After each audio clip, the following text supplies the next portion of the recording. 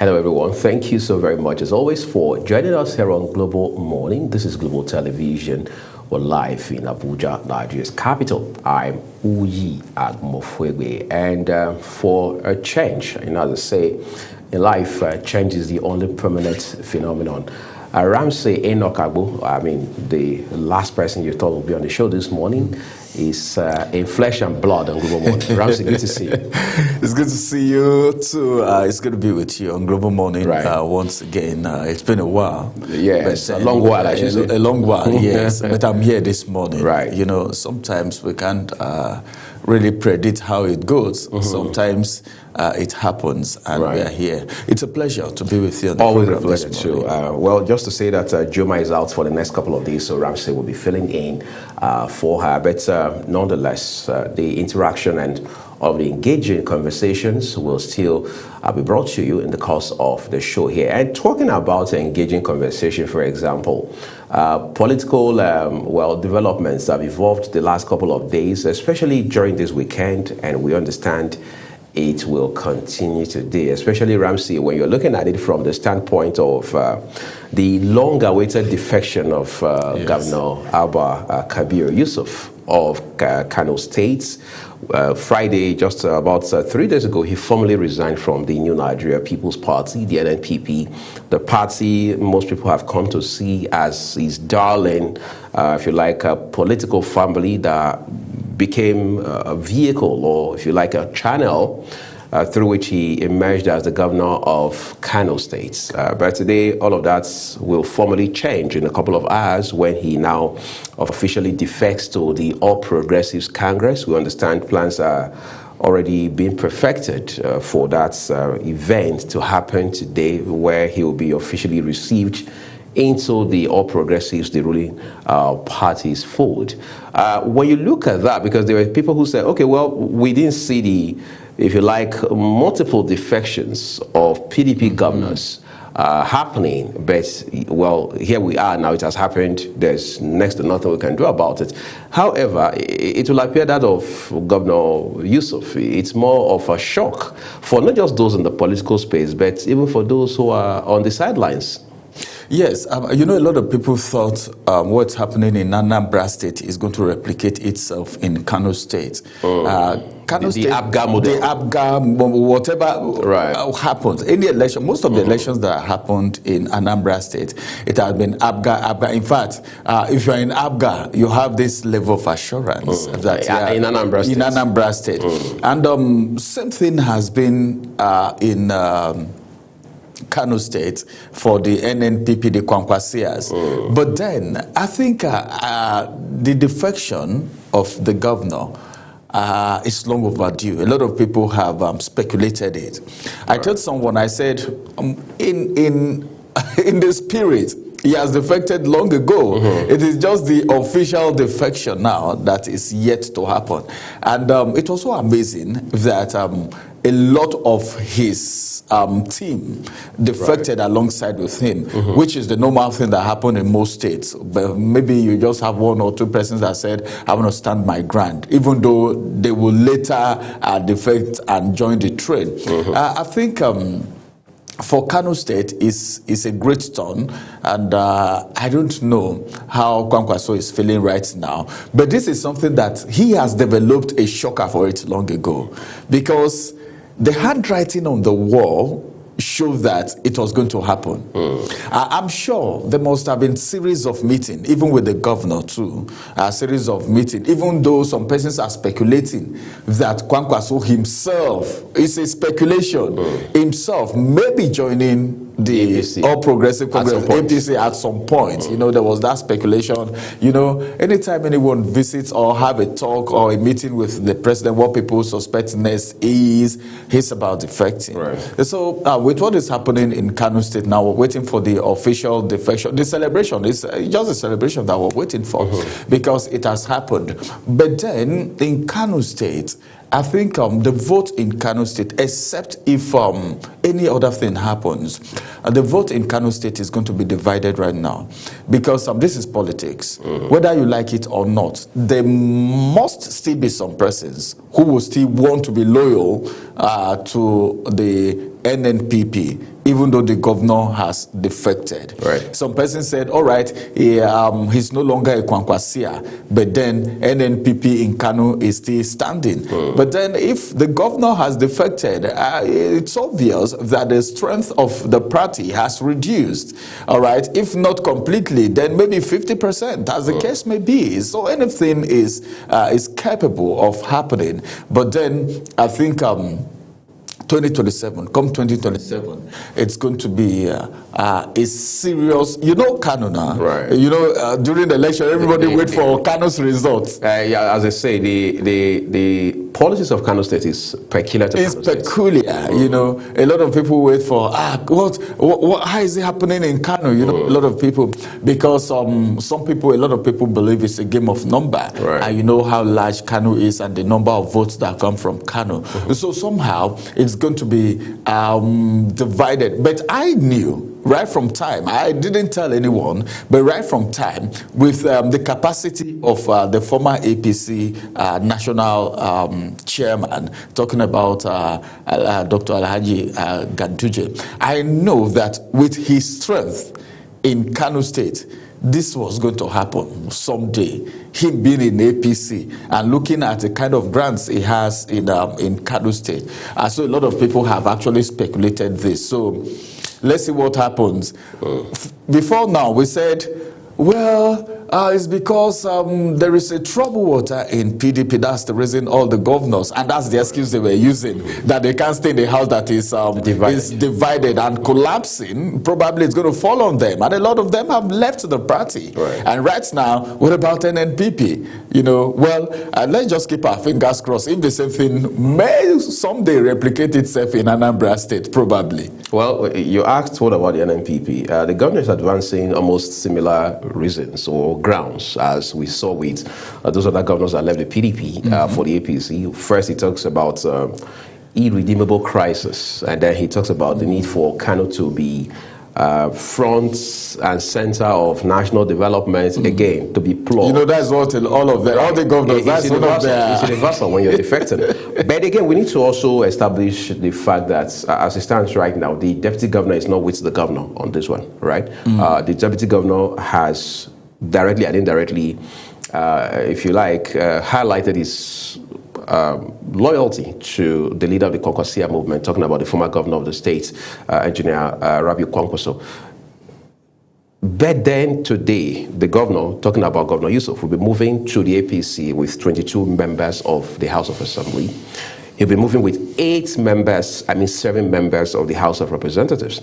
He will be moving with all, no exemptions, all the local government chairmen, 44 of them, all the local government chairmen in Kano State. That's in addition to several other politically active individuals in that state. So that is going to do a very significant blow to the NNPP. But you see, again, there are those who, like you also highlighted a while ago, that it just depends on what the APC offers the former governor of the state, talking about Engineer Kwankwaso. He would likely consider, even if not full-fledged membership of the APC by way of, if you like, absolute defection, maybe some partnership politically, because with politicians, options are always on the table and nothing is off the table for them. And it's about interest. Right, about interest. But then, Festus Kayamo SAN, the Minister of Aviation and Aerospace Development, himself a very high-ranking member of the APC, did put out a statement yesterday talking about how that, as it stands right now, looking at all of the indicators and all the elements, there's a pretty good chance that the presidential ambition of Engineer Rabiu Musa Kwankwaso may have died a natural death, or at least this probably signals the beginning of the end of his political ambition, because he says, look, once he misses it with this 2027, which he says will by all means happen, it means he has to wait for 16 more years. And by his own reckoning, Engineer Rabiu Musa Kwankwaso is already 70. So if you add 16 years to his current age, apparently it would have been 86 by the time it's turned, when it's time to turn to the north for presidential election and things like that. But again, what that means is that he says that Mr. Kwankwaso is between the rock and a hard place, and that is not the best of places. It's not the best because it's, I don't know, I don't want to use the word suicidal to be like the position you described, because both from behind and from the front, anything can happen, and it's a smash in that case. So I think, like we've said, it's all about interest, you know, it's all about interest and all of that. So the earlier the decision is made, the better. I think a local government in Kano State visited, pay a visit, should I say condolence? Let me call it a condolence visit to Kwankwaso, you know, and maybe it was more solidarity visit. Yeah, solidarity visit, sort of. But then, I think with what is happening in Kano right now, whether the deputy governor is defecting alongside with his principal, what I'm seeing right now is that the strength, the capacity of NNPP has reduced, and before 2027, you know how these people work. Despite the fact that the governor has defected, they will still be doing a lot of underground, you know, works, connects, you know, sensitization, talking to people, because politics in the north is a different ball game altogether. It's a place that I've been, so I know how they take it serious, the way they take politics serious. Anyone, and their loyalty is something else. If they say this is the person we are voting for, they don't mind, you know, moving a long distance to ensure they vote for that person. So whatever happens in Kano State right now, I think the handwriting on the wall is making a statement, and it is that Kano State indirectly is becoming an APC state. It doesn't matter, you know how these things happen. It doesn't matter how long the NNPP has been in charge. You know, this defection makes a lot of statements. It speaks volume, and with time we'll begin to see what it's going to be turning out to. If it is for the development of Kano State, why not? Because that's one of the key things that the governor, the defecting governors hold on to. Or that's one of the things they'll tell you, well, it's for the state, it's not because of me, it's for the state, I'm defecting for the benefit of the state, because we need development, we need to key into what is happening and all of that. And even APC members, severally, they've told us on our program here that who will not belong to where things are happening and all of that. I think it's part of what is happening, and it's a game of interest, because they all know that they won't be there forever. So every opportunity, and I'm not saying anyone is being promised anything, but any opportunity, they do anything possible to grab it. And it could be one of the things playing out in this defection coming from these various governors. But Kano State, I see Kano State becoming an APC state. But it has become already. So every other person may fall in line, maybe much later, over time. Yeah. Well, Kwankwaso has now declared, at least from his own standpoint, 23rd of January, World Betrayal Day. And he says that is on account of the fact that he believes strongly that Kano State governor has not only betrayed him, but he has betrayed both the NNPP and the good people of the great state of Kano.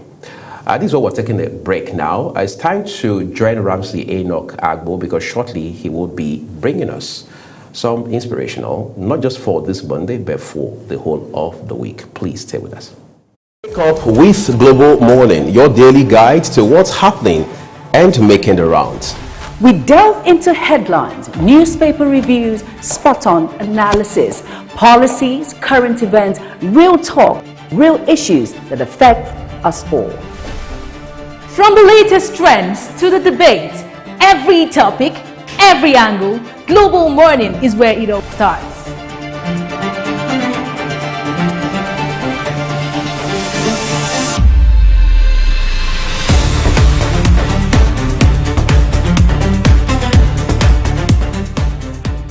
Global Morning, For the latest issues, always on point.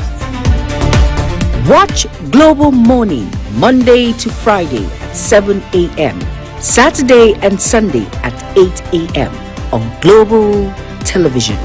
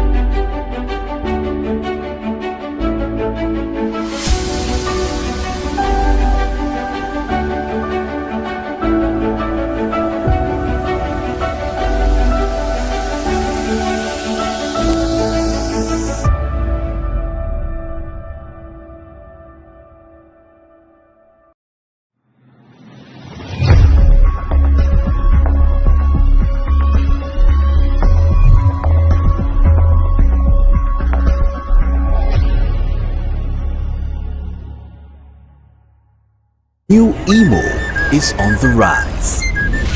In the beating heart of Owerri, business never sleeps. From sunrise to sundown, the wheels keep turning. And behind the scenes, vision meets action. Governor Hope Uzodinma's leadership has left the pages of manifestos to become real actions and achievements. Transformations that piece by piece feels like a miracle. But progress needs peace to thrive, and in Imo, we are not leaving it to chance. From land to sky to river deep, guardians are always watching, protecting dreams and opportunities. If you go to the quiet shore of Orashi Power, you will see the awakening of a hydropower roaring to electrify and energize a blossoming economy. The change is visible. The heartland of the East is under construction as new roads are threading together once forgotten places. Industry is humming again and communities are alive. At the center of it all, a digital revolution is rising. A new ministry with a new mission. Not just cables and codes, but capacity. 500,000 young minds trained each year to build a digital future. And as Orashi Power goes up, so does Imo, lifting with it the hopes of a hard-working people. A new Imo is on the rise.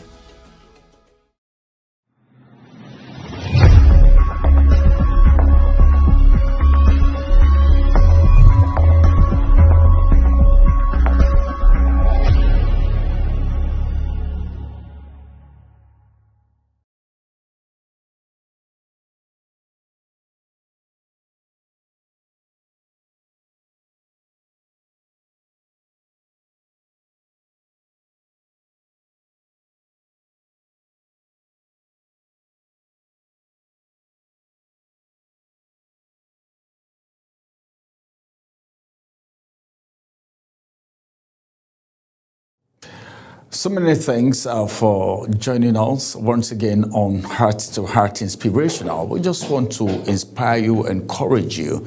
And of course, my name is Ramsey Enoch Agbo. Now, do you know that there is this belief that everyone feels that they are behind?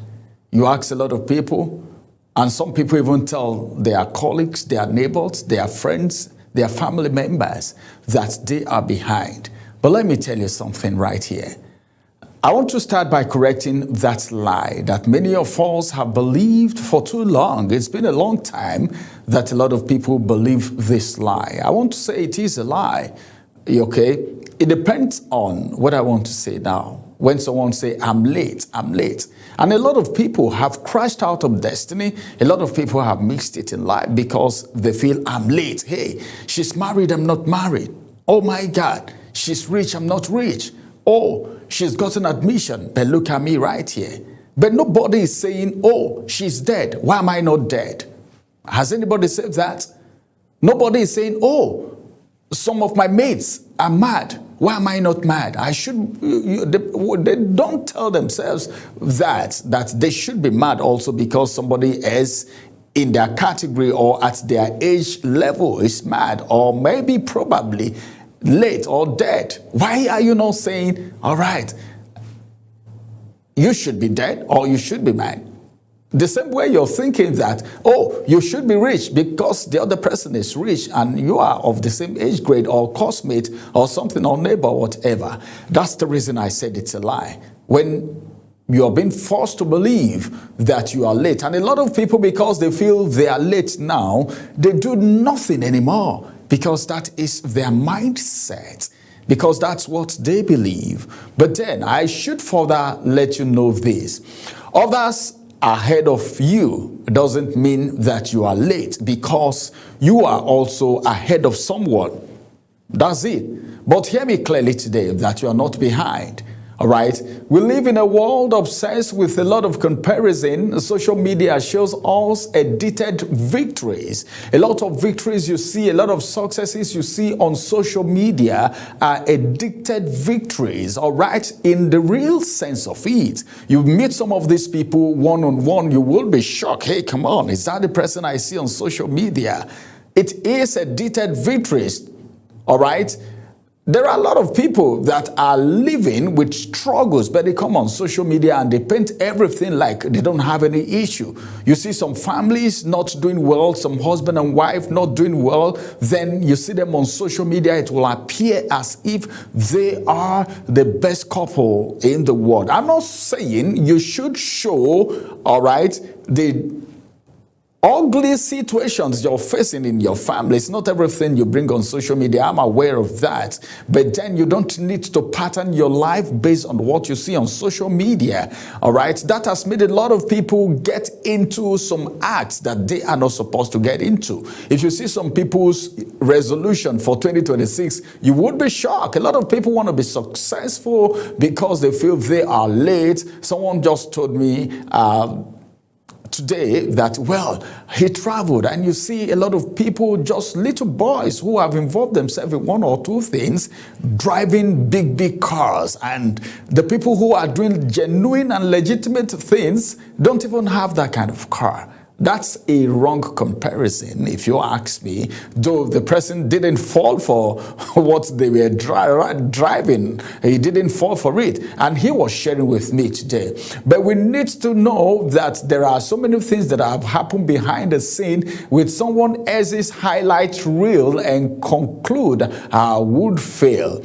But life is not a race. Life is a journey with different routes, all right, different terrains and different timings. So if it is not your route, if it is not your terrain, if it's not your timing and you want to force it, you may miss it, you may crash. If you go up too early, you may crash very early. A lot of people have faced that in the past. Some people are blown early and some fade early too, and others are slow-born successes. Some start strong and crash, others struggle quietly and rise suddenly. Timing is not a sign of failure, it is a sign of design. That time you're taking your time, it's as if you are in the workshop. Very soon you come to the showroom and people will be wondering, where has he been? He was in the showroom having wilderness experience, putting himself together, refining himself, designing himself so that he can come out successful. You know, there are times that you need to be alone, sit alone, think positively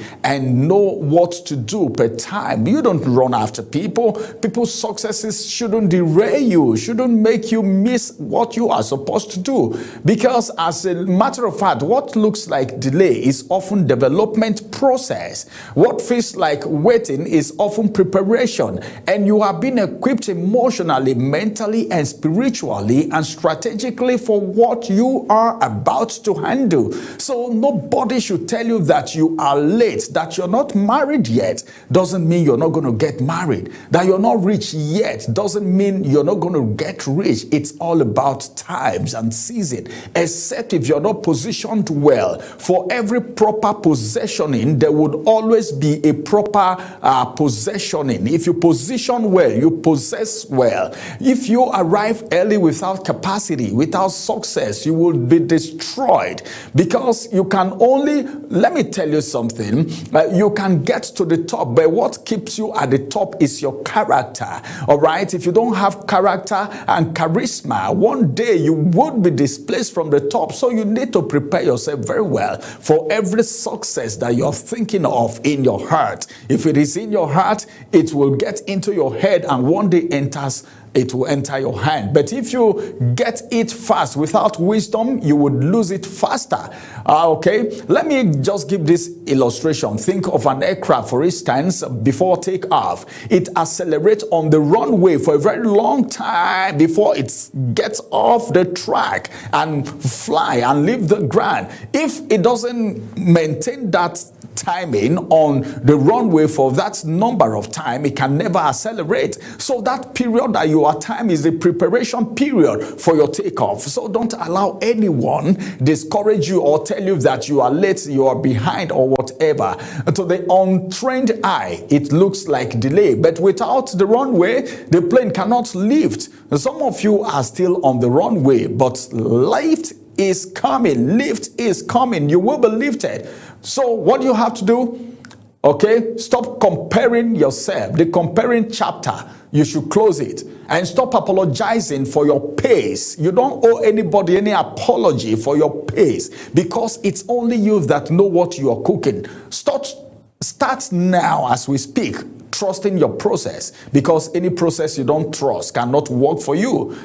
Like I tell people, you don't sit under an imam that you don't believe in. You don't sit under a pastor that you don't believe in. All right? Because whatever, if the pastor is pronouncing blessing and you don't believe in that pastor, it is a cause for you. The same thing for the imam too. All right? So whatever process you don't believe in, any system you don't believe in, you don't have any business, all right, staying under that system. Delay, like they say, is not denial. And it is preparation in disguise. So you are not behind and you are not being aligned, and when your time comes, you won't just arrive, but you will be ready. Thank you very much.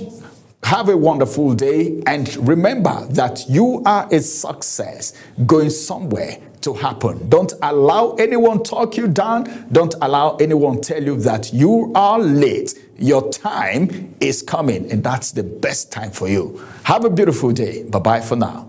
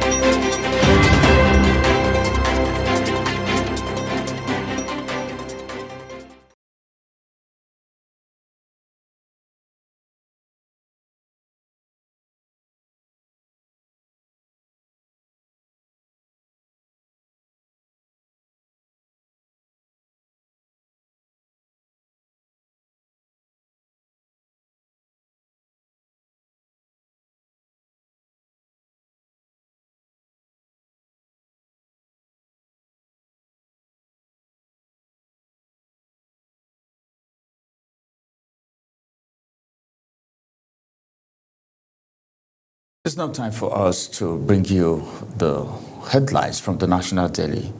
Many thanks for staying with us, everyone. Let's quickly look at the nation's newspaper and see the stories making rounds on the nations. Beginning from the left-hand side of the paper, we see cash digital payments must coexist, says NIBSS. Bank's valuation rises to 17 trillion naira on recapitalization. One writer to that story, and it says growth is 388%. Oyo rolls out statewide activities to mark 50th anniversary. Hess Holding appoints 2 non-EDs to boost corporate governance. Details you can find on page 17. Tinubu for Turkey to deepen partnership. All right, okay. Tinubu for Turkey to deepen partnership. All right, that's Turkey right there. It's been written in their own language. Now, let's look at other headlines. This one says how Lagos is battling widespread refuse mess. Refuse mess, I think it's everywhere. Not in Lagos alone, even in Abuja, you can see refuse everywhere. We've even done a report especially about that. Gwarinpa access. Gwarinpa access. You know, I think we need to do something about it.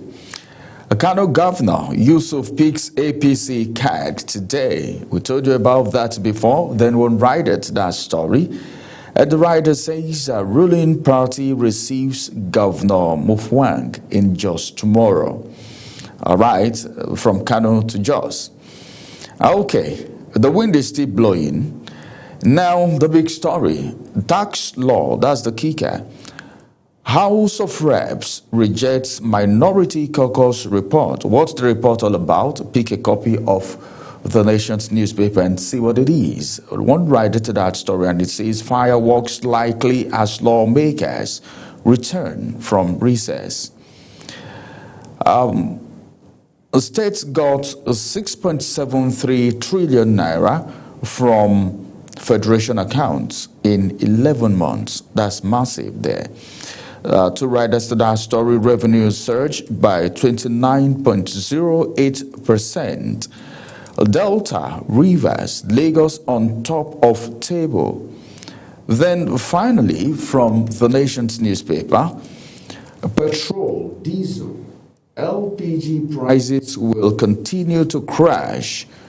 Dogara Okiri, Amusan Oke Tinubu. All right, those are the headlines from the nation's newspaper this morning.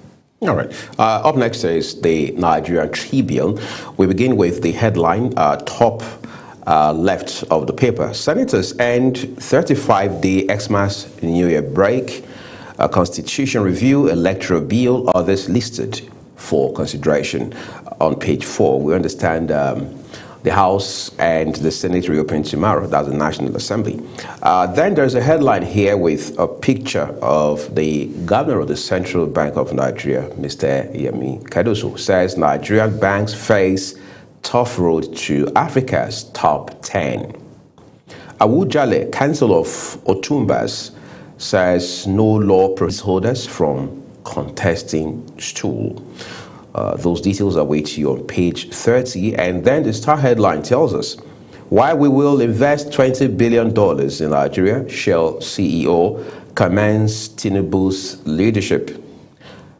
Suspected drug traffickers open fire on customs in Ogun. 2 officers injured. Some desperation on a new level.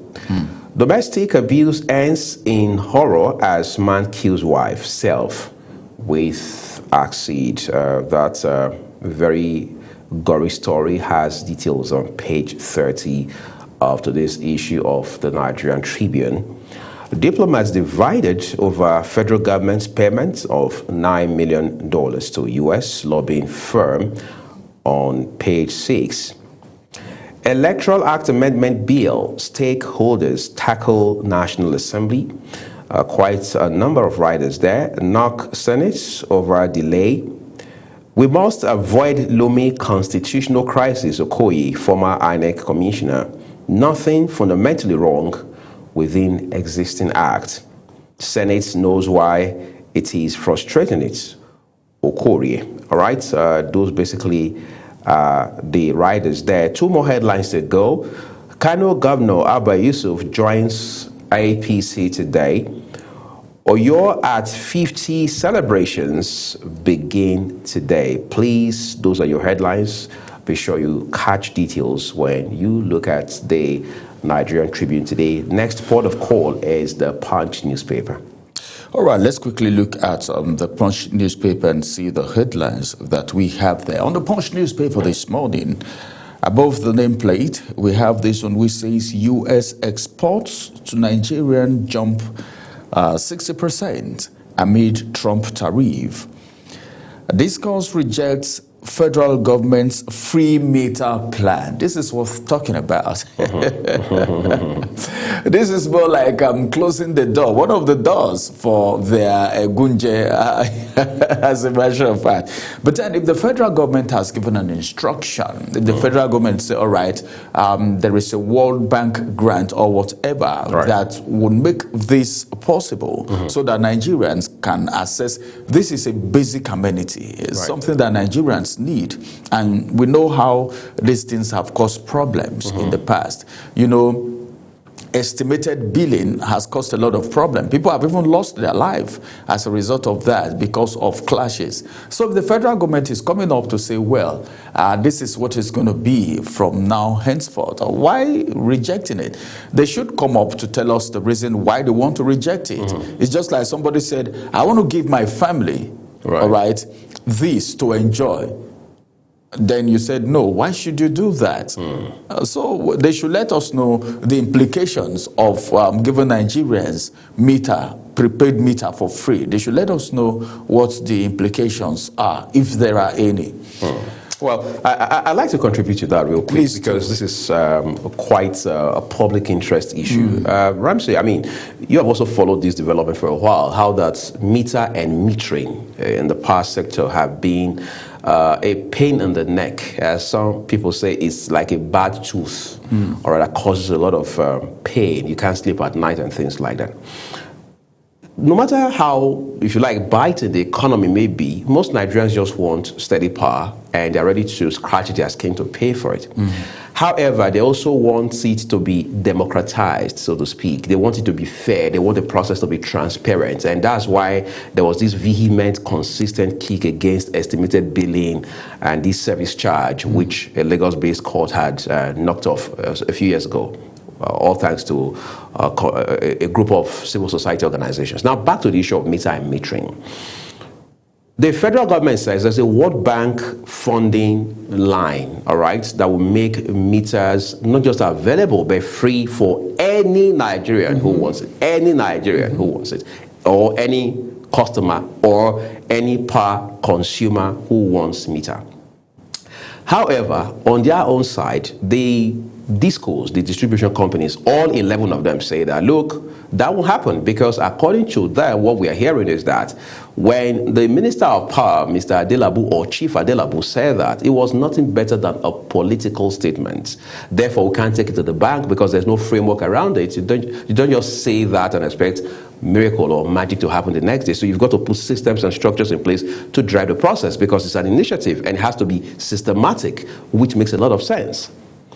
However, they also add that, look, you also need to you need to factor into the plan other people. It's not just the metering. How about the installers? Who is going to be paying them? Because according to them, whatever funding, or if you like, funding line that the World Bank is making available does not take into cognizance those who will do the installation, and of course it's a value chain, other aspects of the entire process.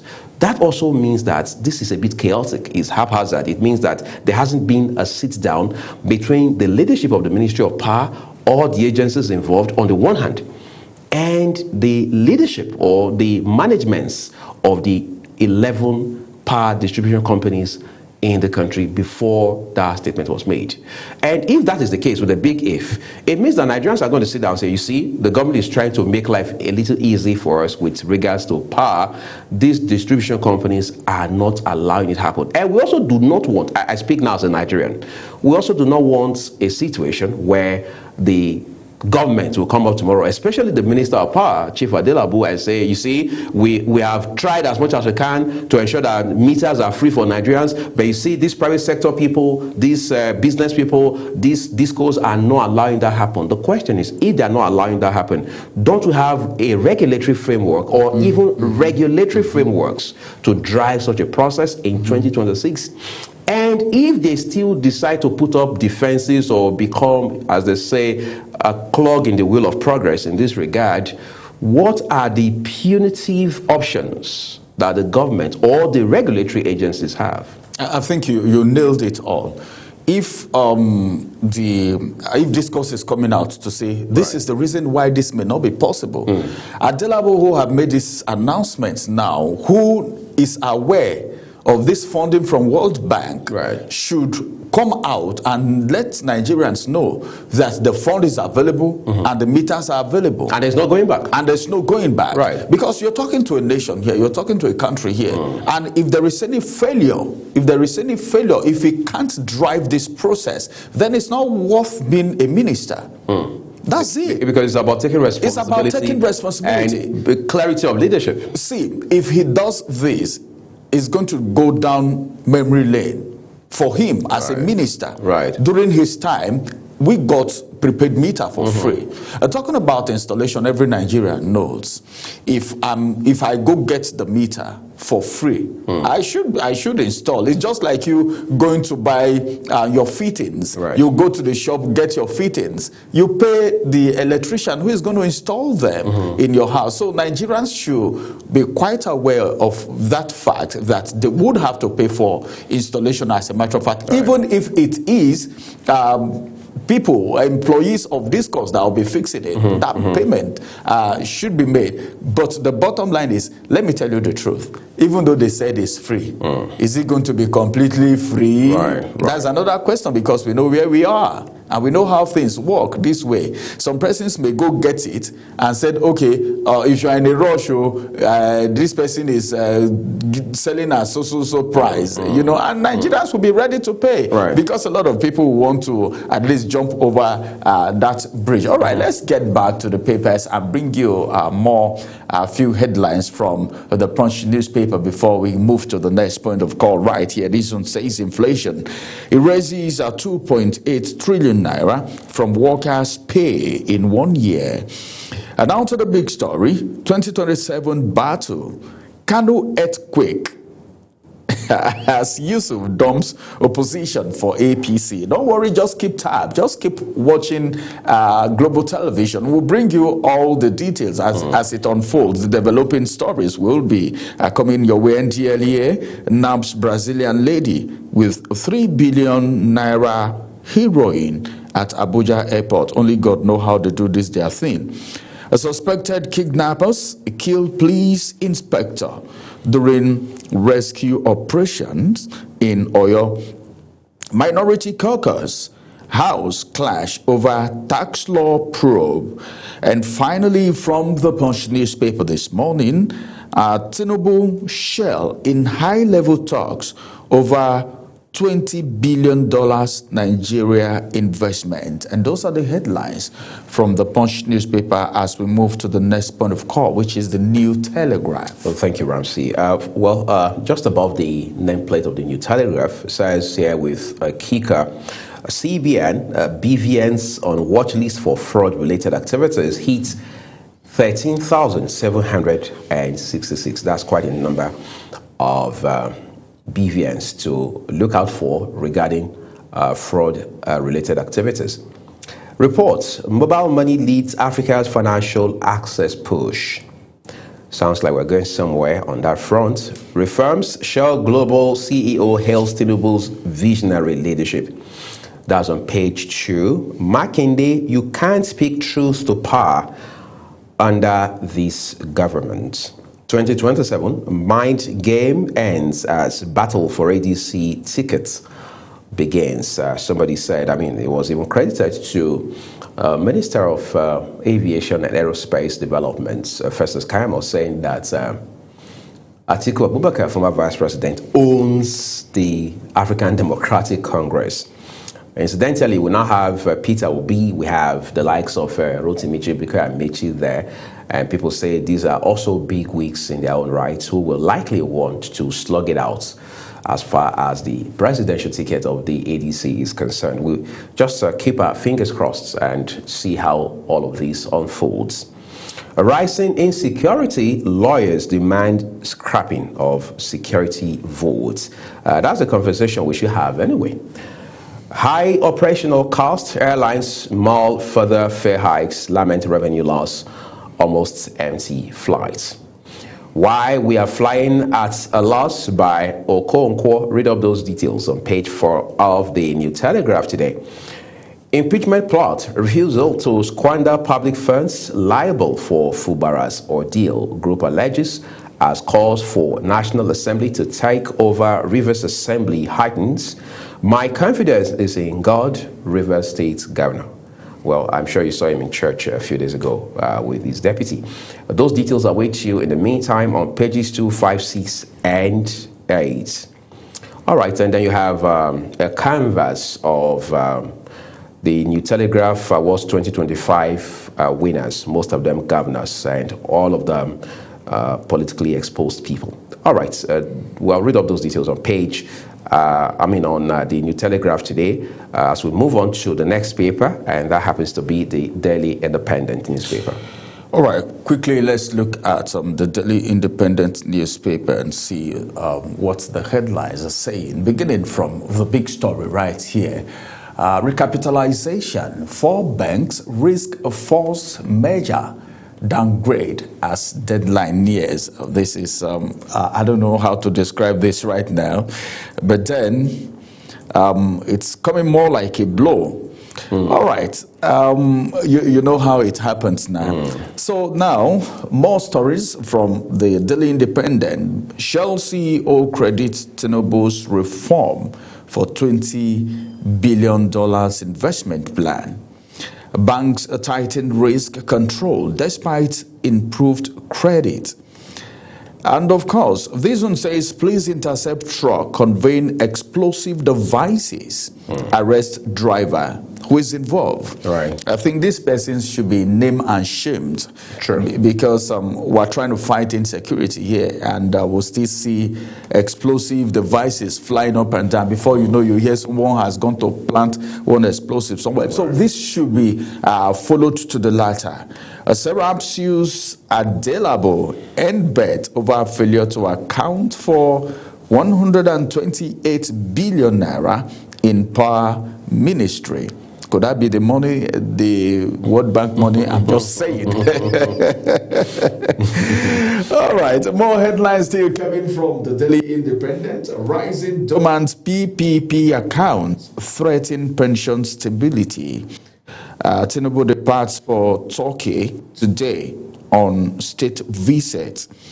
NDIC, EFCC forge alliance on failed banks' assets recovery prosecution.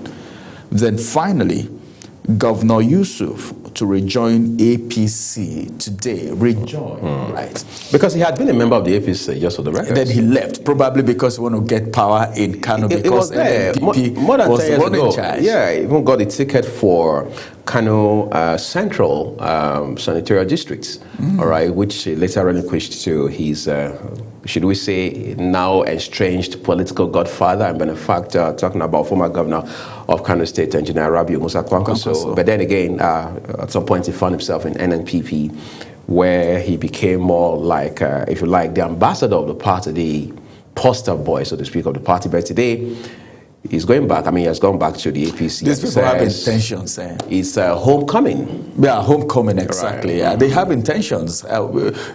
you only move to where it's going to work for you. And you know, they study this thing like a pilot studying the map. You mean they play the game of chess? They play the game of chess, you know. Well, all the same, welcome back home. Right, that's what we should be saying. All right, that's from Ramsey. But let's turn now to the Daily Trust newspaper for you, everyone. I see what headlines we have right there. First one here, it says, 2027 dropping Shettima risky for APC. That's Musawa, that's Minister of Creative Economy. But of course, that rumor has been rife that there's a chance President Tinubu will not run with his vice, talking about Kashim Shettima in 2027. It's nothing new. It's been here since last year. We saw what happened in Gombe. We've heard narratives around all of this, but we wait to see how it unfolds so we can have something concrete and authoritative in this regard. Troops arrest 65-year-old woman supplying drugs to Boko Haram. That was the headline Ramsey brought to you earlier. How withholding tax enforcement spiked, let's see what it says, spiked banks charges.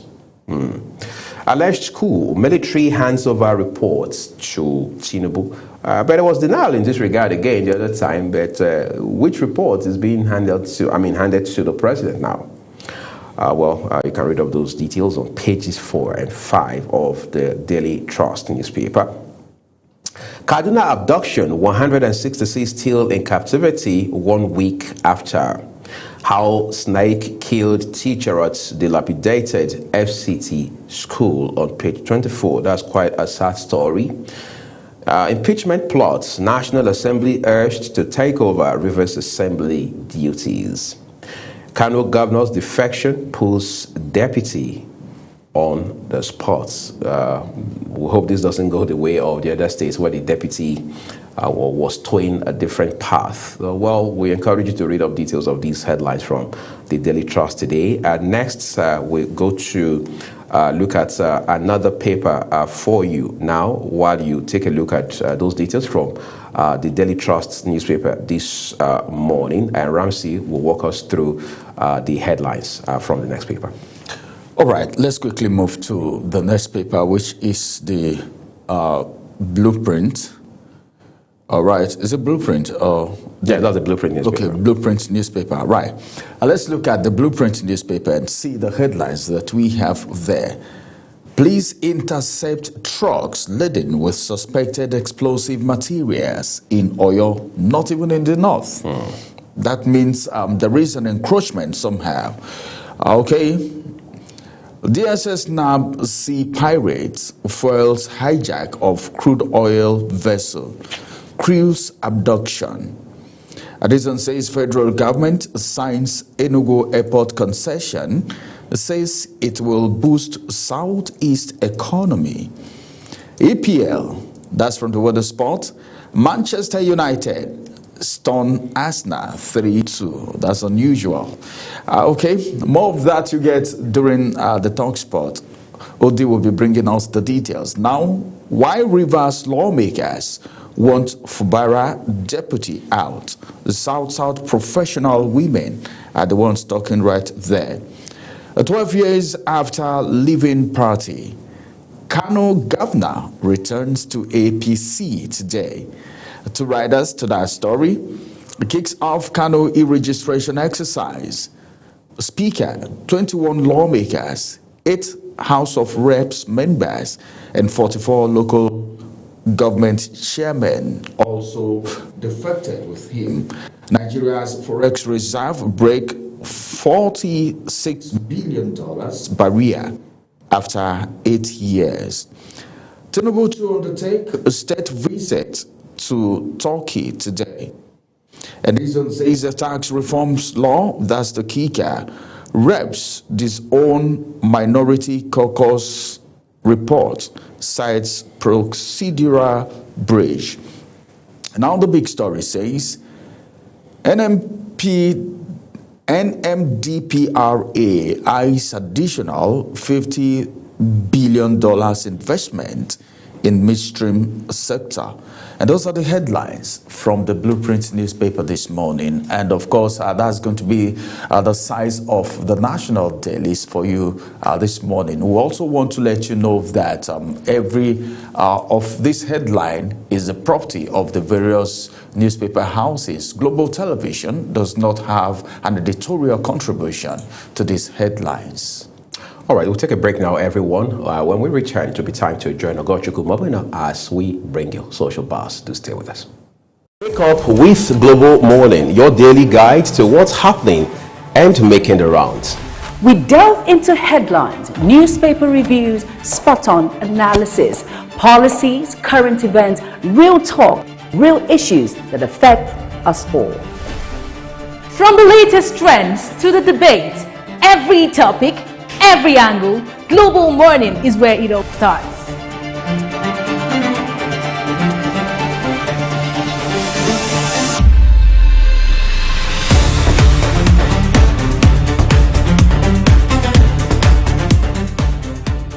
Global Morning, For the latest issues, always on point.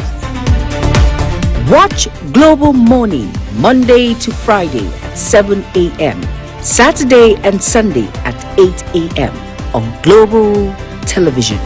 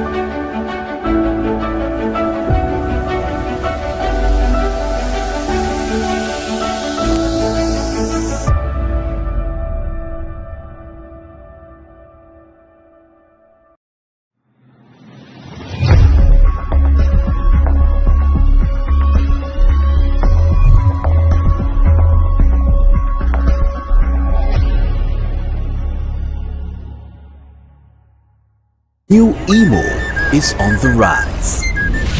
In the beating heart of Owerri, business never sleeps. From sunrise to sundown, the wheels keep turning. And behind the scenes, vision meets action. Governor Hope Uzodinma's leadership has left the pages of manifestos to become real actions and achievements. Transformations that piece by piece feels like a miracle. But progress needs peace to thrive, and in Imo, we are not leaving it to chance. From land to sky to river deep, guardians are always watching, protecting dreams and opportunities. If you go to the quiet shore of Orashi Power, you will see the awakening of a hydropower roaring to electrify and energize a blossoming economy. The change is visible. The heartland of the East is under construction as new roads are threading together once forgotten places. Industry is humming again and communities are alive. At the center of it all, a digital revolution is rising. A new ministry with a new mission. Not just cables and codes, but capacity. 500,000 young minds trained each year to build a digital future. And as Orashi Power goes up, so does Imo, lifting with it the hopes of a hard-working people. A new Imo is on the rise. Wake up with Global Morning, your daily guide to what's happening and making the rounds. We delve into headlines, newspaper reviews, spot-on analysis, policies, current events, real talk, real issues that affect us all. From the latest trends to the debate, every topic, every angle, Global Morning is where it all starts.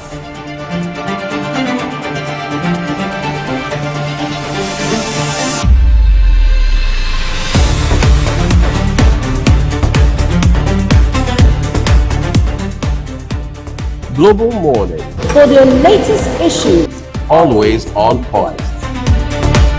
watch Global Morning Monday to Friday, 7 a.m.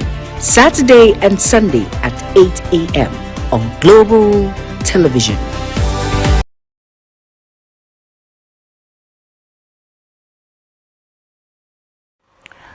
Hello and welcome to Monday's weather forecast.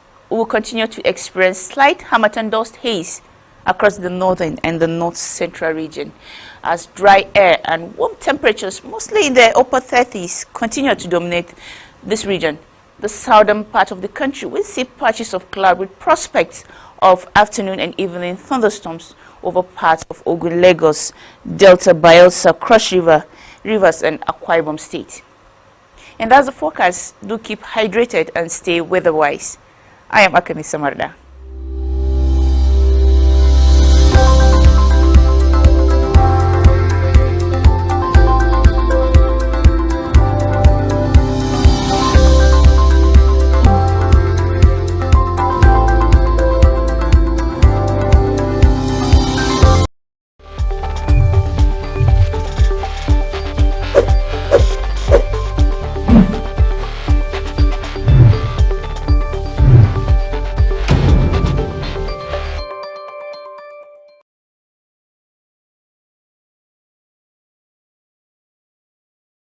Good morning, the Global Morning Crew, and good morning to you, our viewers. I am Ogot Kumobno, and we are live here for Social Buzz on Global Morning. We're bringing you trending issues on social media, and today we're talking about, we're going to the West, where Governor Seyi Makinde says, you can't speak truth to power under this government. And that's Seyi Makinde, the governor of Oyo State.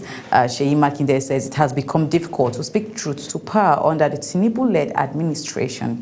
The governor made the remark while speaking at a function on Saturday in Ibadan that was attended by dignitaries, including the former Vice President Yemi Osibanjo. You cannot speak truth to power in this dispensation. We had the same situation in this dispensation. It was the tax bill, and we said, look, bring the tax bill, bring it back. Let us all have an opportunity to look, dispassionately at it. And again, he went about to say, they said the tax bill will go ahead. It is an affront for even the governors to be saying that what the presidency has done to send the tax bill to the National Assembly.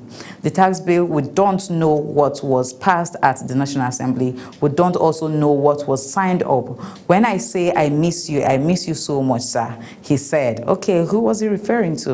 All right, he also said, Osibanjo's leadership as a chairman of the National Economic Council, which is NEC, influenced his decision not to impose a total lockdown in Oyo State. He said, I remember I was barely 7 months into the position of the governor of Oyo State, and that was my very first public service job, and we had a crisis in the country. This was February 2020. There was COVID, and we came in for the National Economic Council meeting. It was a hot meeting. The chairman of the council, Osibanjo, came in, and a few of my colleagues, I wasn't sure whether they held a meeting before the meeting, but they came in and said we should all go back and lock down our states. So for your state people, why I did not look down during COVID was because of his decision. Sir, I personally miss you in that position. Okay, now we know who he's referring to. He said a lot of people may not know why things are not really the same. It's not a political talk because I'm not on that podium, Makinde said. Well, that's Governor Seyi Makinde there. But, if we recall, we'll remember that in 2023, you know, he was there campaigning for President Bola Ahmed Tinubu. So what happened? What changed in just the space of 2-3 years? Yeah, you know, we're going to 30 years now. So what happened? What changed?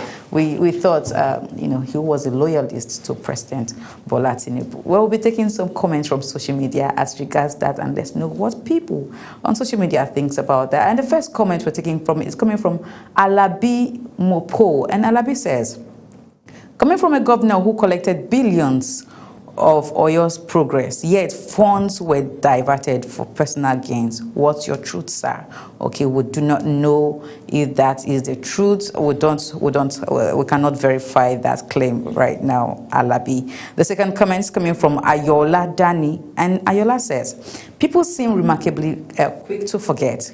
Were you not among the governors who openly supported this government in 2023? Now, all of a sudden, the narrative has completely changed.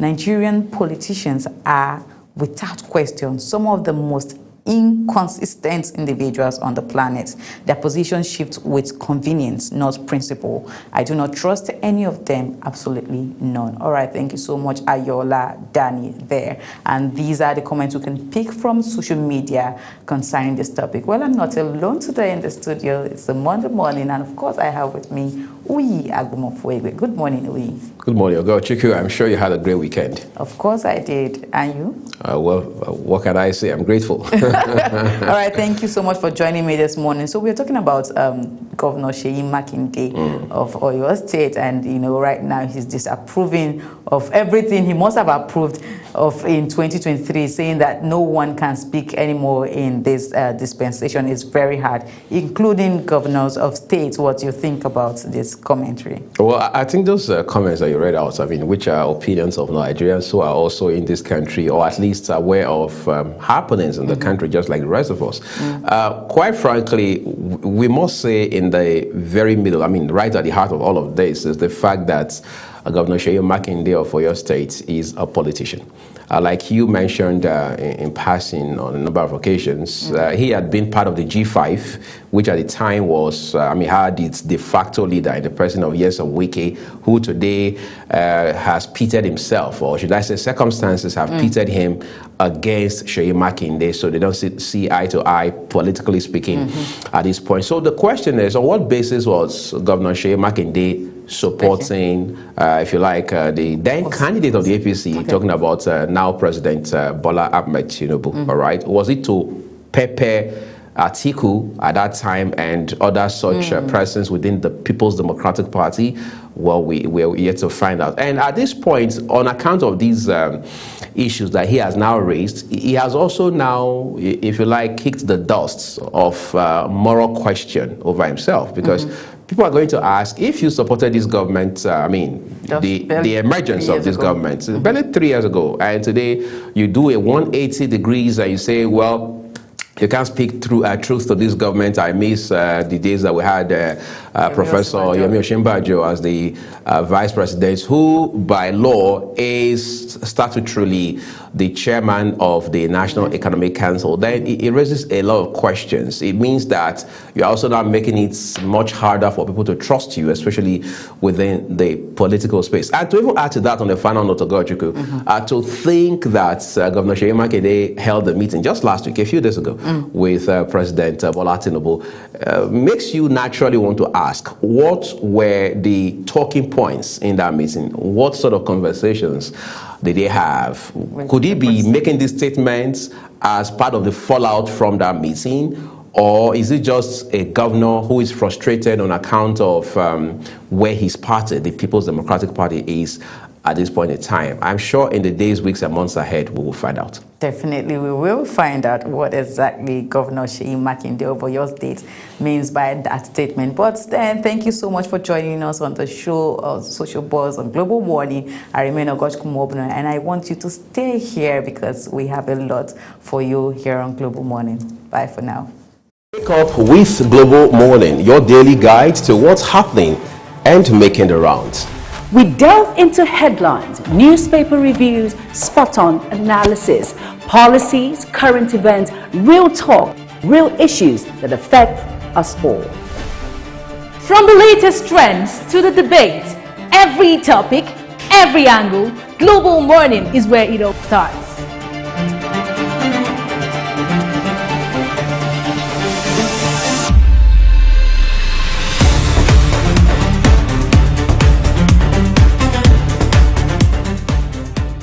Global Morning, For the latest issues, always on point.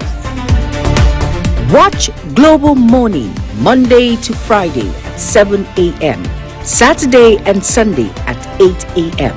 on Global Television.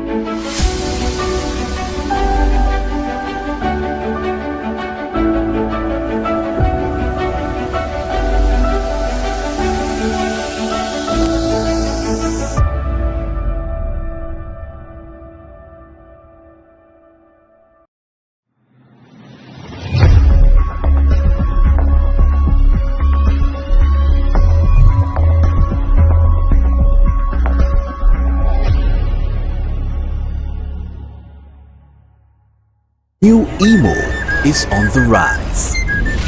In the beating heart of Owerri, business never sleeps. From sunrise to sundown, the wheels keep turning.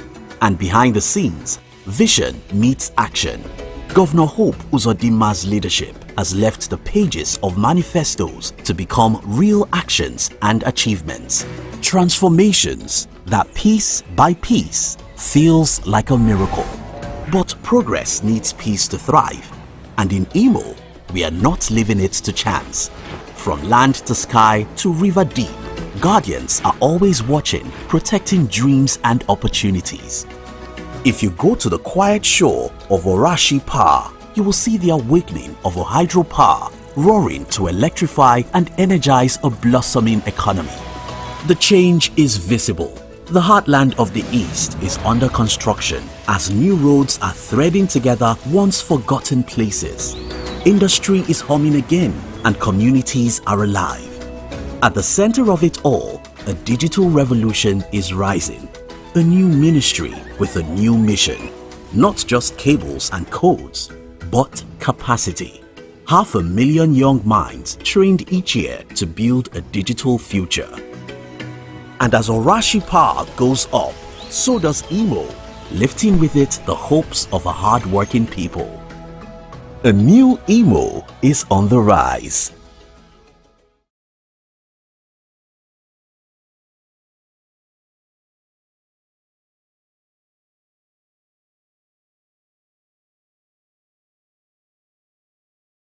Wake up with Global Morning, your daily guide to what's happening and making the rounds. We delve into headlines, newspaper reviews, spot-on analysis, policies, current events, real talk, real issues that affect us all. From the latest trends to the debate, every topic, every angle, Global Morning is where it all starts.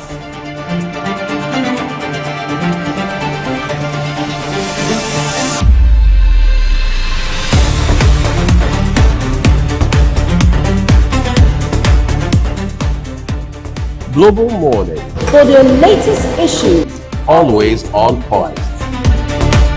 watch Global Morning Monday to Friday at 7 a.m., Saturday and Sunday at 8 a.m.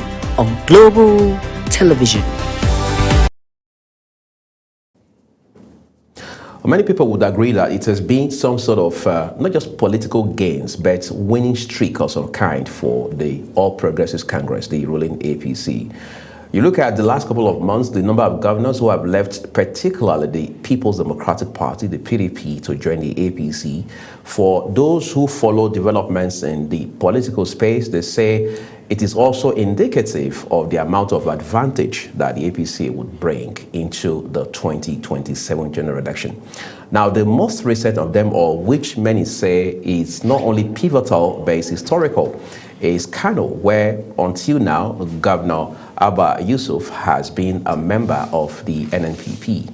However, just about 72 hours ago, he resigned officially his membership of that party, and we understand in a matter of hours, he will officially now join the All Progressives Congress. What are the implications of this for? First, Kano State, where we understand the Kwankwasia movement not only has its foothold, but has become sort of a cult following for its founder and leader, who doubles as the former governor of the state, talking about Engineer Rabiu Musa Kwankwaso. And when you expand the conversation to the national level, what exactly are the implications of the claims that the APC may not support the idea, or if you like, initiative of the current vice president, talking about Kashim Shettima, running again in 2027 with President Bola Tinubu? Could that be a pointer to some infighting within the All Progressives Congress,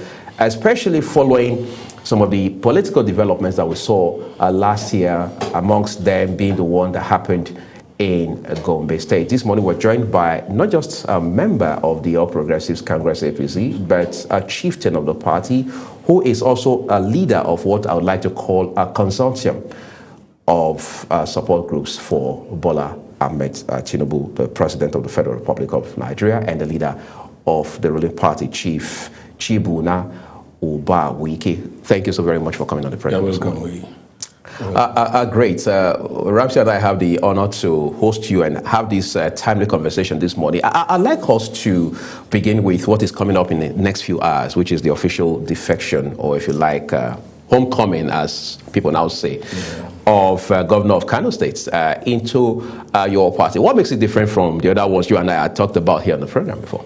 Yeah, but what makes it different is that in the entire 19 states in the north, Kano has the largest voter population. Right. Yeah, and if you are to win presidential election in Nigeria, Kano is very important. So it is very, very, savory and quite appreciative to my party and the other members of my party who means well for Nigeria that the governor of Kano State has decamped to my party. He has seen the light and has joined the light. So I say congratulations to Governor Abba Yusuf, who welcome on board the National Party. Now you will attract a national grid political light to Kano, and the people of Kano will be better for it. Would that not be a tall order for your party, the APC, given the cult following, as I mentioned at the top of this conversation, that the Kwankwasia movement has with regards to its leader, former governor of the state too, Rabiu Kwankwaso? Plus, should the APC not be concerned that the reason Governor Abba Yusuf left the party earlier can also become a factor going forward? It's no longer going to be a factor. What made him leave ab initio has been taken care of. Like I said, he has seen the light and has followed the light. The Kwankwasia movement, yes, is a strong movement in Kano. You cannot take them for granted. But I tell you here that the equation has been altered. With the defection of the governor, the equation has been altered. Let's see as events unfold as we move in the days. But I assure you, the defection of the governor to my party is going to give my party a resounding victory in Kano. Also, if you look at the last election, the margin of winning wasn't much. So him coming to my party now plus the structures my party have on the ground, and all the members of the National Assembly, right? Majority of the members of the State Assembly, and federal government appointees, all of them, are in my party, and they followed him in the campaign. So he's going to be coasting home, irrespective of the strong followership that Engineer Rabiu Musa Kwankwaso, has in Kano. It's no longer going to be like that. All right, that sounds interesting. I'm sure Ramsey has questions that he wants to ask. Yes, of course. Chief, let's look at this holistically now. We don't know what he has been told. He was once a member of APC. He left, all right, got the ticket under NNPP, became governor. Then all of a sudden, in 2027 is around the corner, and he's defecting back to the All Progressive Congress again. Some persons may allege that probably he wants to return, and he has seen that for him to return, probably he has to align with the All Progressive Congress. You know how it happens from the top in Nigeria. Yeah. So what do you think about this jumping of ship? Does it mean tomorrow there is a possibility that he can still move from that party to another party if he needs something? And what do you feel about this jump ship, leaving one party, going back to the party another? Why did you leave in the first place? If that party was that good? Moving from one political party to another political party is not peculiar to Nigeria. It just happened in the UK. A member of I think this Kedenok party, right? The Conservatives. Yes, Kemi Badenoch's party. Yes, we just moved to the Labour Party. It's not peculiar to Nigeria. So it is exercising one's constitutional right. The governor, yes, was a member of my party prior to 2023 election in the camp. I told you some time ago that we play politics of interest in Nigeria. Right. The political party that better protects your interests and that of your constituencies where you will port. And Governor Yusuf has seen that APC is the party that will better protect his interest and the interests of the Kano, teeming populace. And he's back to his home. He's welcome. But then the issue of hierarchy, party hierarchy is always a problem in many states. All right. So now he's a governor defecting. You know the kind of bigwigs we have in APC as far as Kano is concerned. Yeah. So now, what do you think about loyalty and, of course, party leadership as far as Kano State is concerned? He is the APC. By the time he officially declares for my party now, he becomes the APC leader in Kano State. But that will not take away the fact that there are other political leaders in Kano State he needs to work with. I don't know whether you get it. But there's always a clash. No. It is when one person wants to arrogate so much power to himself, undermining the other political leaders. That is where you will see clash. There are other political leaders, but he is the APC leader. So there must be a symbiotic, relationship between all of them, so that harmonious relationship will translate into seamless, integration of every member, and then that will translate to the benefit of everybody. All right. You said while you were speaking, you talked about the fact that Kano most times, most elections, have the largest number of voters. And people will say, all right, what's the result of Kano saying for presidential election and all of that? Now, with what is happening now, whether you like it or not, the Kwankwasias, there must be some persons who will still want to be Kwankwasias, as a matter of fact. Yeah. Now, what do you think about the numbers that Kano produces during elections? Don't you see that there is going to be division in the votes? The numbers will be divided this time. It has always been like that. I said in the 19 northern states, Kano has the largest voter population. Right. Not all over Nigeria. In all over Nigeria, Lagos has the largest voter population. So the Kwankwasia movement, you will not take it away from them that they are strong.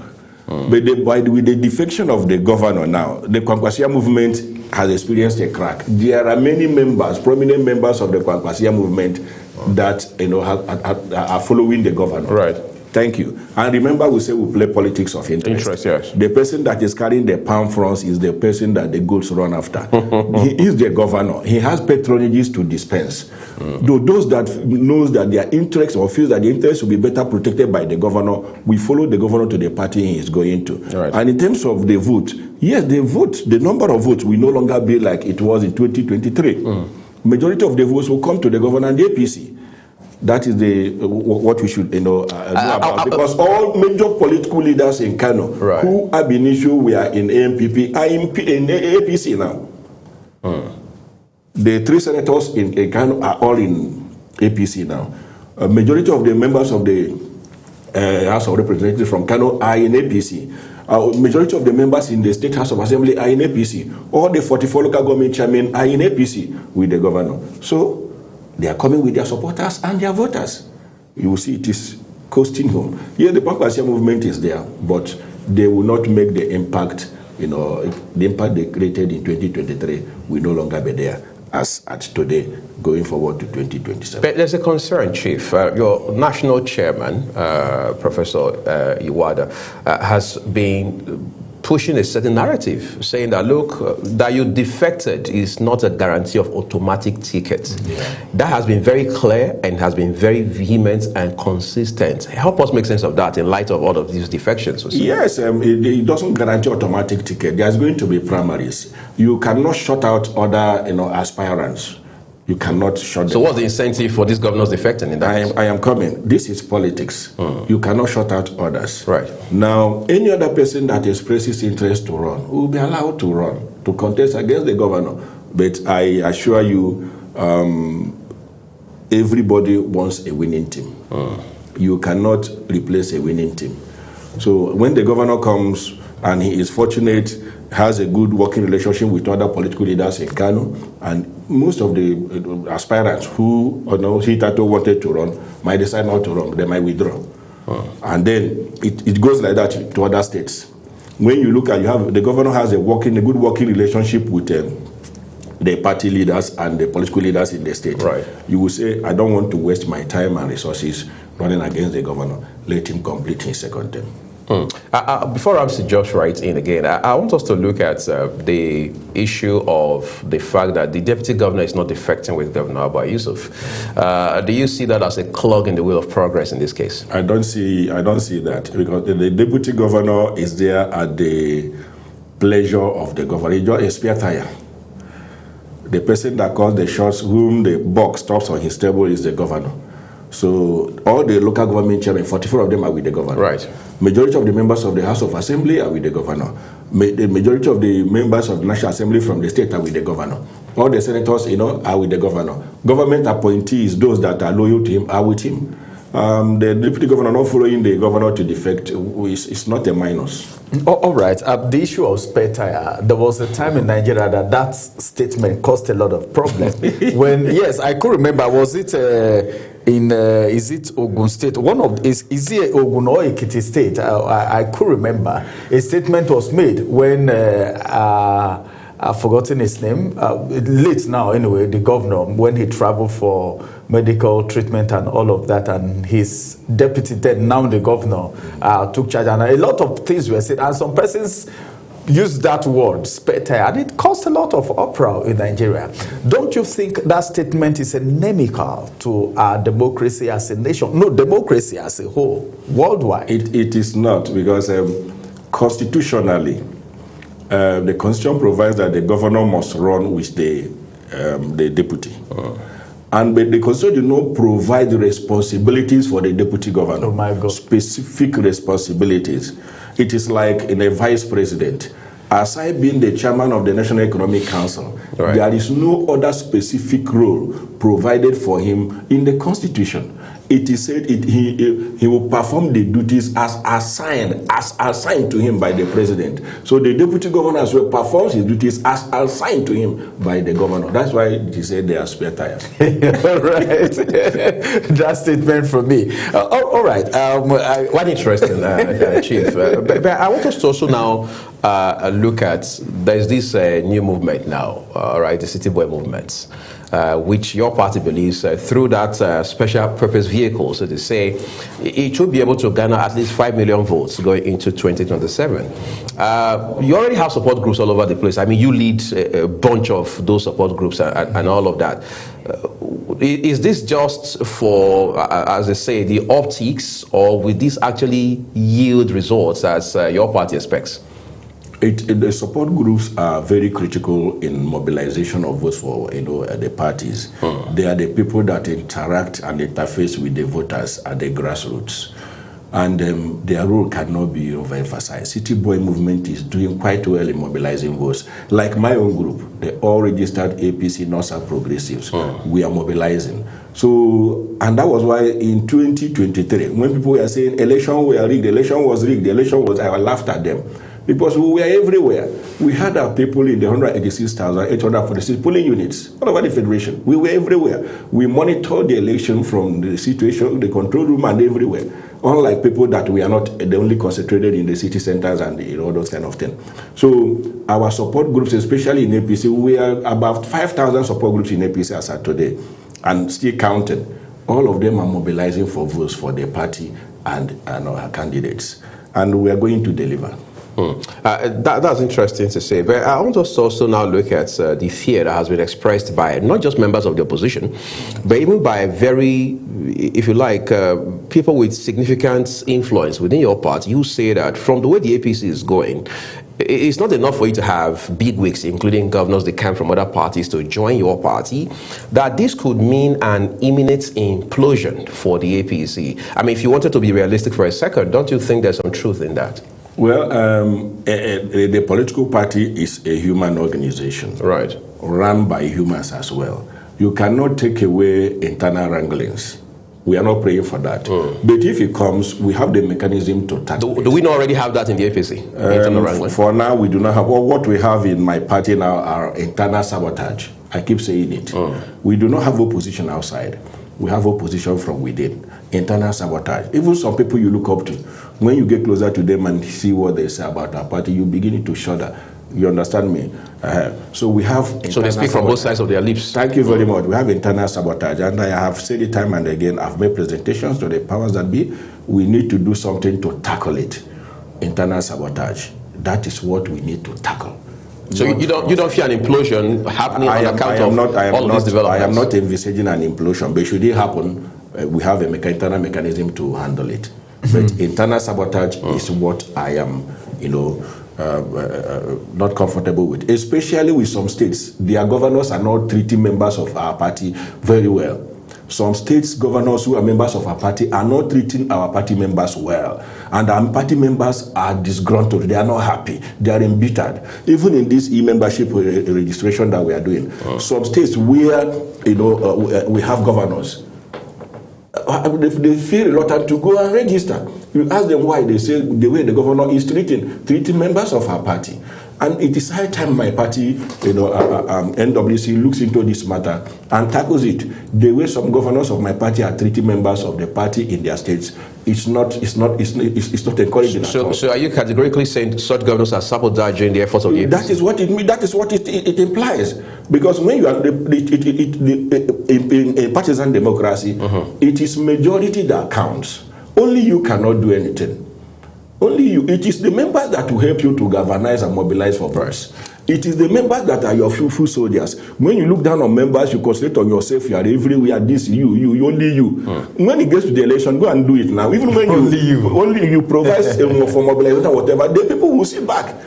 We saw it happen in one of the states that had the by-election recently. I don't want to mention the name. So let the state governors of our party carry members of our party in their states along. When we say we play politics of interest in Nigeria, what are our party members getting from the government in their various states? What have you provided as incentives, patronages to them? When they are not getting, they will not be happy with you. But dispense good governance, dispense patronage to members of the party, put projects to the rurals so that people will be happy. But in some states that our governors are, they are not doing that. And it is not, telling well about my party in terms of what the governors are doing. At the national, we are doing fine. But at the subnationals, our governors need to do more, carry members along.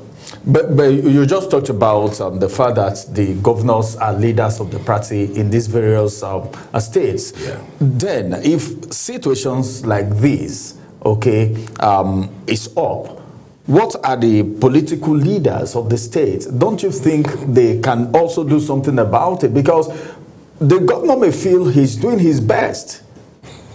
But then, don't you think the leaders are there because you said they need to work together? Yes. All right. But what do you think the leaders can do, and why are they not doing it? 2027 is around the corner, and like you said, only the governor cannot vote. Yes. Why is your party quiet over that? My party is not quiet because it has not been brought to their attention. Many of the leaders will not want to talk. They will say, let me do my bit. But someone like me who is a grassroots mobilizer, I know what it costs me, I know what it takes me. Like many others, we will keep quiet. The party leaders in the same, I decide not to talk.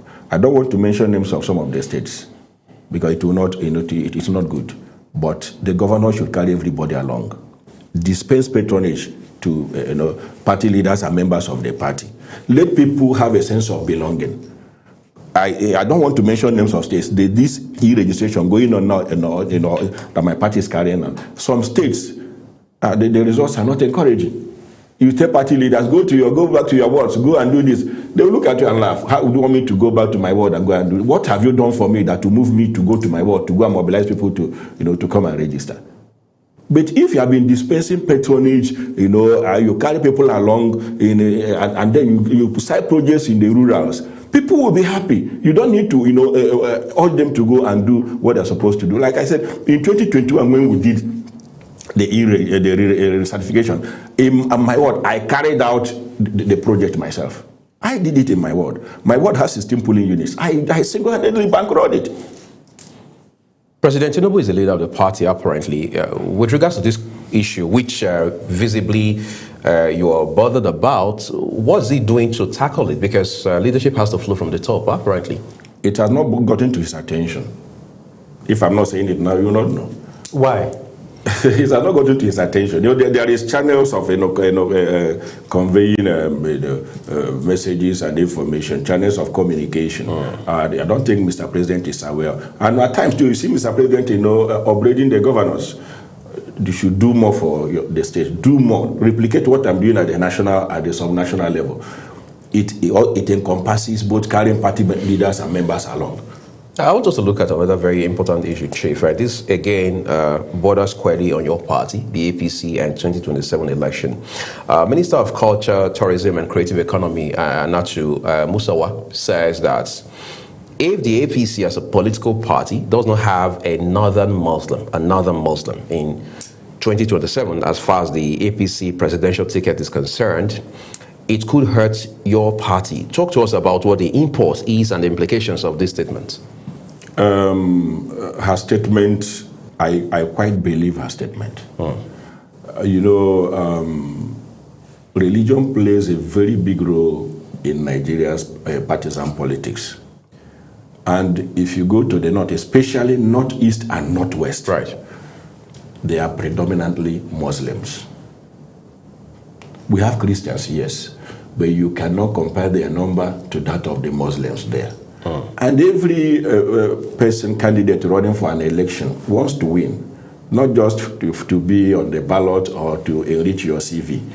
So I believe my party and my president knows what is best for our party and knows what to do.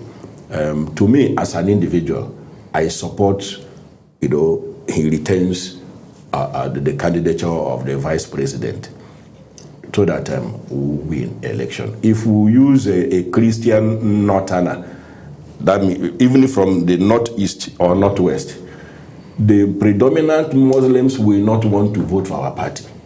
It is just simple arithmetic. So in order to get the votes of the majority of the Muslims in the northeast and northwest, we need to because already there is a campaign of calumny against my party by the arrowhead of the opposition, Nasir El-Rufai, that the government of my party is anti-Muslims, anti-Fulani and whatever. And so those propagandas are sinking deep into the ears of... So the North is buying that narrative? Yes, they are buying that narrative. And if we come now and say, we will not pick a northern Muslim to run with Mr. President, they will say, we told you now, we told you. So my party will not make that mistake. And my president, being a very sagacious politician who wants his own nuance, he knows how to make their political moves, knows what to do. And he has said it time and again that he did not make a mistake in choosing the vice president to run with him. So and I don't think there is need to drop the vice president.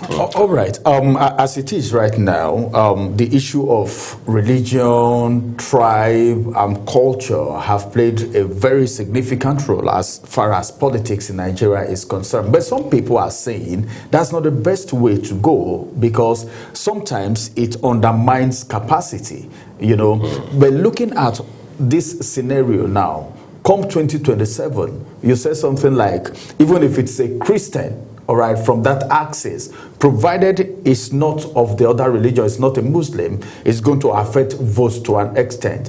What do you think, all right, is the best for Nigerian politics if we want to focus on capacity instead of the divisive issue of religion, tradition, and culture? Our democracy is evolving. We are developing.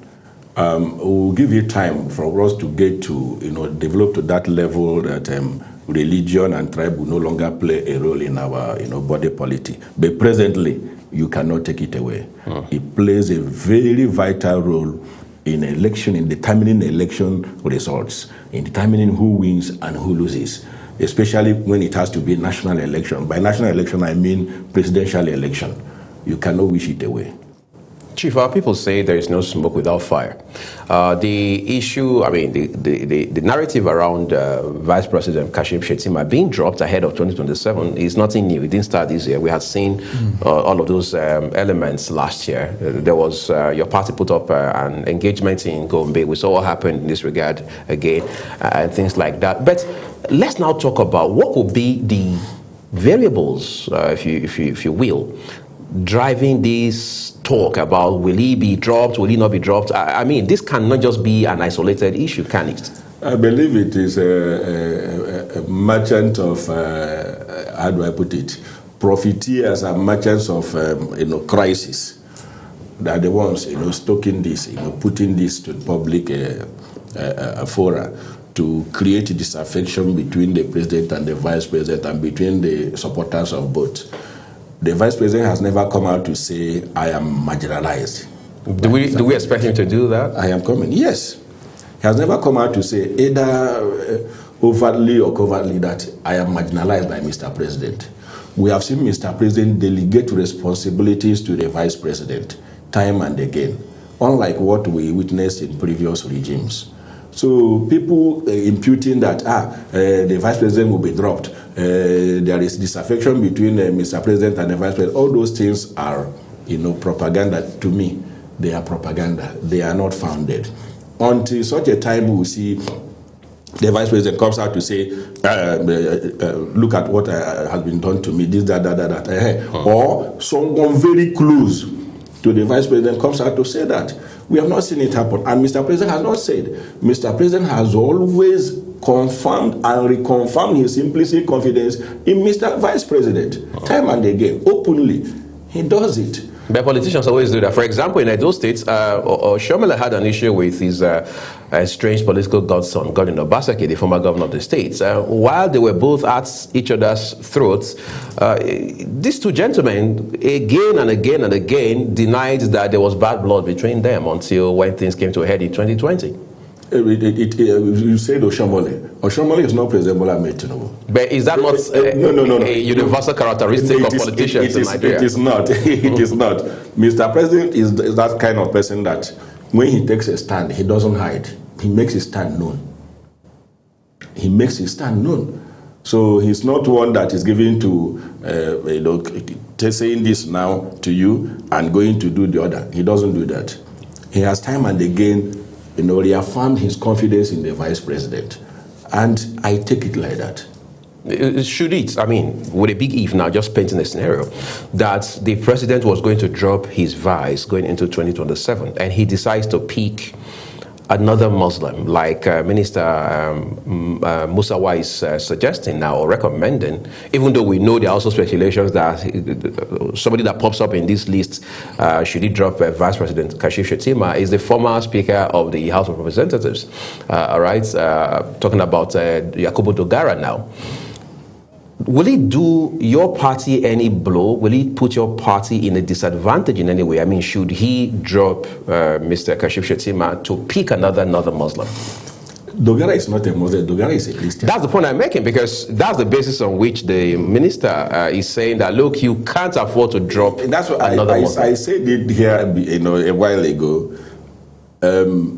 There is nothing on the table to suggest that Mr. President is dropping the vice president. So again, can we say this is the figment of the imagination of the opposition? Of people, yes, in propaganda. There is nothing on the table to suggest that. All right, Chief, we're going to take a quick break now. There's a few more things to unpack in the course of this conversation today. When we return, we'll be looking at APC, the All Progressives Congress, the ruling party, beyond President Bola Tinubu, and what the difference is now that Peter Obi has formally and officially moved to the ADC. Please do stay with us.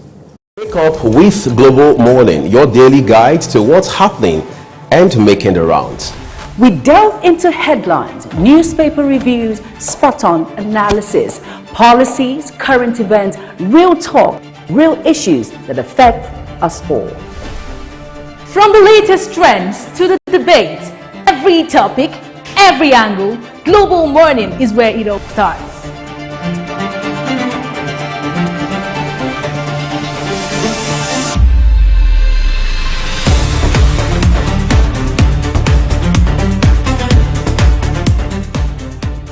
Global Morning, For the latest issues, always on point. watch Global Morning Monday to Friday, 7 a.m. Saturday and Sunday at 8 a.m. on Global Television.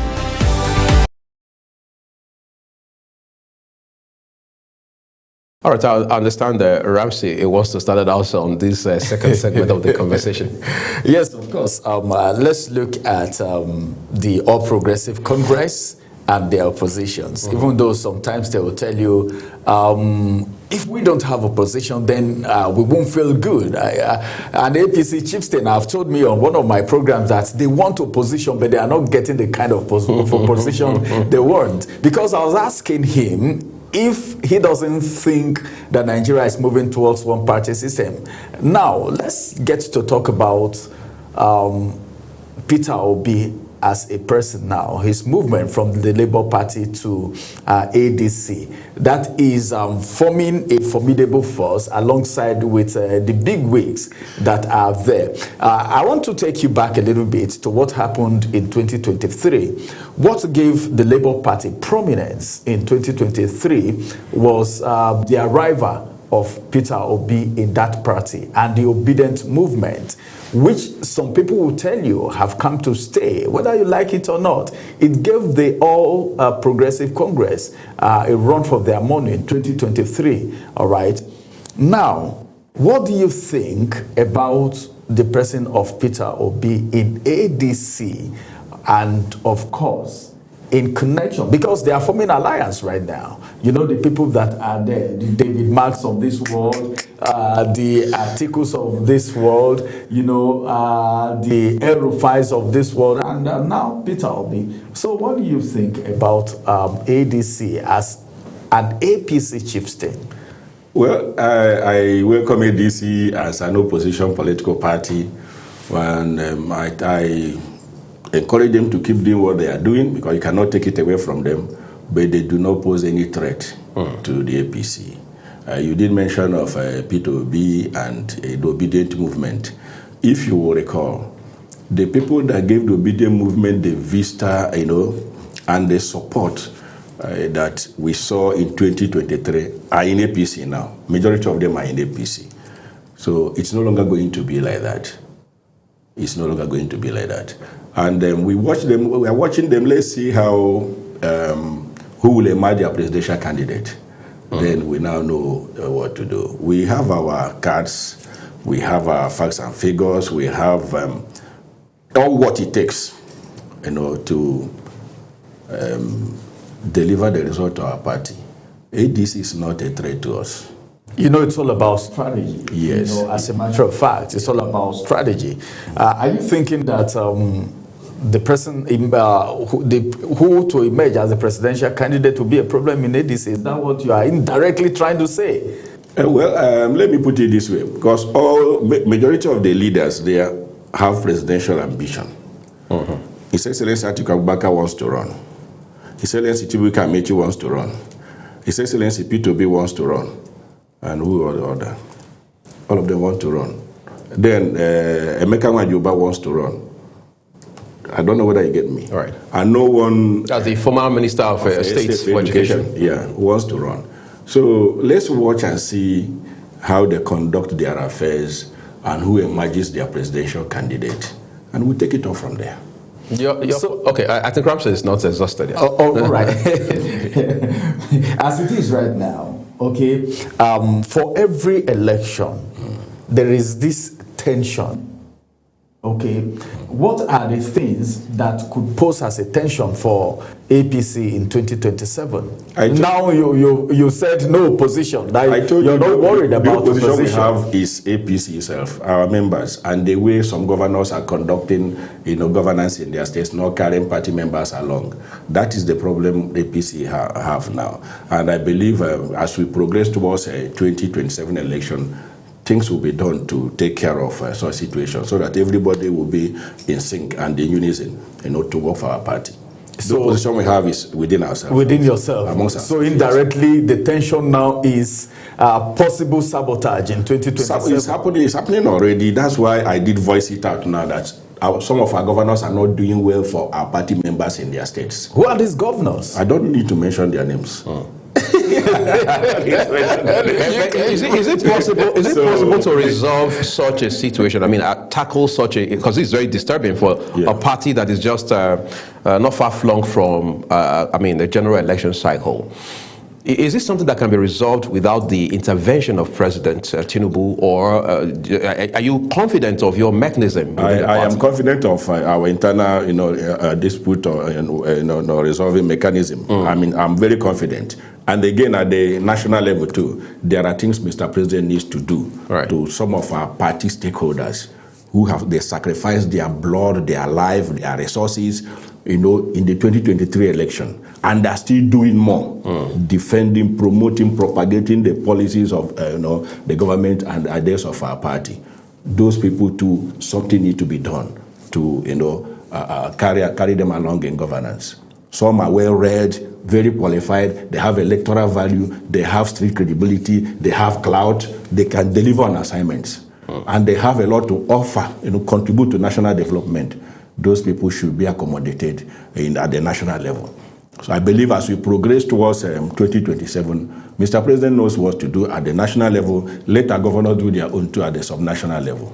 In 2022, we saw how people, especially young people who later became the obedient movement, were falling over themselves, if you will, just to register, get their PVC and vote. And they said at that time, the incentive was that they wanted a change of leadership, especially at the national level, even though we know the Labour Party would go on to win seats at the National Assembly, state houses of assembly, and what have you. So the incentive for them was, we need a change of government, and Peter Obi is that quote-unquote magic wand, or the messiah with the magic wand that will make that happen for us. Now, your party has been running this process of e-registration for a while now, and we've seen the narrative that's been pushed by your national chairman saying that, look, there's no going back, we can't sleep on it, we must be very consistent, put our best foot forward with regards to this e-registration process. What is the incentive, or should I say, what are the incentives the APC is advancing to drive this process in its own interest? Well, I don't need to say it, on air, but I know that my party is working out something for our members, for their happiness, in carrying them along in governance, and in dispensing good governance and dividends of democracy to Nigerians. Lastly, I think we should talk about APC beyond President Bola Tinubu, because there are people who believe, even within your party, high-ranking members like yourself, they say, look, we have to be strategic and futuristic. Otherwise, without the, so to speak, Tinubu element, you are not going to have the All Progressives Congress as we know it. Doesn't that also bother you? It doesn't bother me. It is just a conjecture. Let's watch and wait, and let Mr. President complete his second term, and then we'll be talking. Political parties are organizations. Right. And when you have a solid structure of governance in the party, it outlives whosoever that held position, so long as there is a solid structure. So whatever they are saying is just a conjecture. Our party is building a solid structure that will outlive whosoever that is at the head. When you do your bit, you leave. The party remains strong and solid. You bequeath, governance to your successor, who will carry on with your, programs and policies and consolidate on them. All right, I think, Ramsey, I'm sure. Yes. Because if anyone now will tell you, well, with President Tinubu there, anyone will want to say, okay, his kind of politics that he plays give the APC an upper hand. Nobody saw this defection coming. Nobody. In fact, at a point I was thinking, if this kind of defection has happened in Nigeria politics before, that everybody is defecting to a particular political party, meaning there is a structure. But one of the things that you can't really guarantee, okay, in political parties in Nigeria, based on my own research, is the fact that you cannot say this person will continue in this party until his political career ends. So now, with the question we ask, now that President Tinubu is there, you're already even insinuating that there are sabotage in the All Progressive Congress. Someone even said some of the governors coming into All Progressive Congress is for what they will get, that some of them need to be quarantined for a period before they are allowed into the system, into the APC system. So as it is right now, looking at the All Progressive Congress, all right, and the governors that are coming in, is it all rosy for the party, even without the president? Because anything that happened now, like you were talking about some of the governors that are not performing somehow in quote in their various respective states, you were still referring to the president. Is there no way, okay, do you see this party existing beyond President Bola Ahmed Tinubu, as a matter of fact? Very sure. I did not say the governors are not performing. I said they are not carrying party members and leaders along. Little or no patronage. Thank you very much. That is what I said. But in terms of performance, we have seen some of them, thank God you use the word governance. Yeah. So I did not say all. Some of them. Yeah. When you institutionalize leadership in party structure and in governance, you don't have fear. You only have fear when there is no solid structure, when there is no institution. So the party surviving beyond the Tinubu is, a fait accompli. The party will survive and work stronger after Mr. President, because the leadership and governance is being institutionalized at both the party level and at governance level. Then in terms of the campaign, we have been experiencing mass, movement in our party. Yes, we welcome it. Like I said some time ago, we think in your program, some people, they camp because they have seen your good performance. They want to join you in your good performance. They have something to contribute, so that they camp to work with you to dispense good governance. While some, they camp to preserve their political interest. And those people, they campaign to preserve their political interest, like we saw happen in 2023.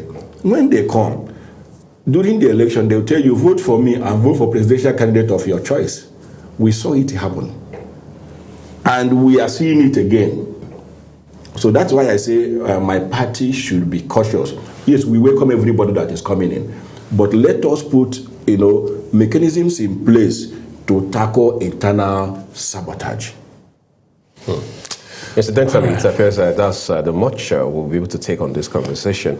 We're looking forward to seeing what happens the next couple of hours with regards to the official defection of the governor of Kano State, talking about Abba Kabir Yusuf, which we know will happen today. Been a long time coming, but just an additional governor joining the APC from the opposition front. Again, we'll continue to probe and interrogate the implications of all of these political developments for our democracy and indeed our electoral process. Chief Chibunau Bawike, thank you so very much for joining us on the program today. We appreciate that. We're taking a break, everyone. When we return, so much more to talk about.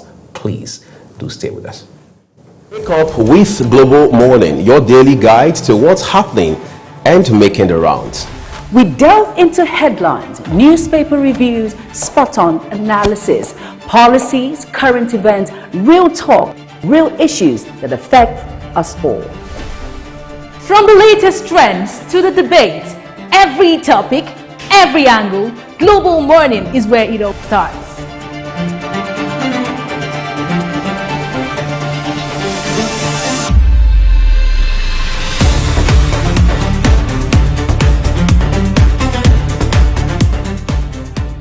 Global Morning, For the latest issues, always on point. watch Global Morning Monday to Friday at 7 a.m., Saturday and Sunday at 8 a.m. on Global Television.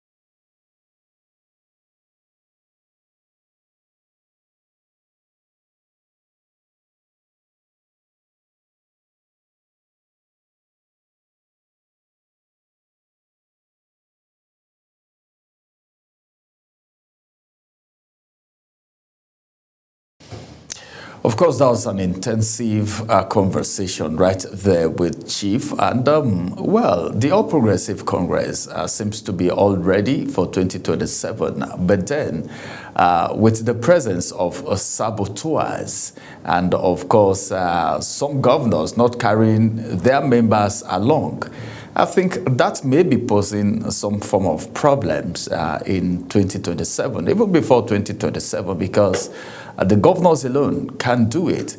Then what is the role of the political leaders in these various states? These are issues to talk about. I think sometimes you say, okay, everybody, most political office holders canvass for godfathers. And a lot of them claim to have godfathers. And we've seen the impact of godfathers in the past. I know of a state that the governor couldn't pay salaries. Not until he came out one day to say, well, my godfather is taking chunk of the allocation coming to the state. And it was a war for him to pull out of that godfather. So in other words, some godfathers are not doing these political office holders any good. Now we've been talking about the All Progressive Congress. Right. And the issue of godfatherism, we can all see what is happening in Rivers State right now. What's happening in Rivers State is not far-fetched from the issue of godfatherism, whatever name anyone want to call it. But then that's not far-fetched from godfatherism. And in all of this, the problem is not even the political office holders, but the dispense of the democracy, the dividends of democracy to the people.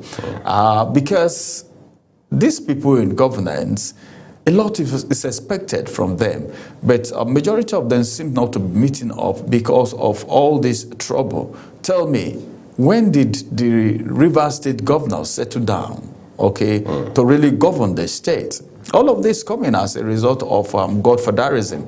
It's okay if you don't want to dance to the tune of the music that I'm dictating, that I'm playing anymore, then it has to be this, it has to be that. And we've had a lot of problem coming from this issue of godfatherism in the state. Even though some political office holders will tell you there is no way you can do politics in Nigeria without having a godfather.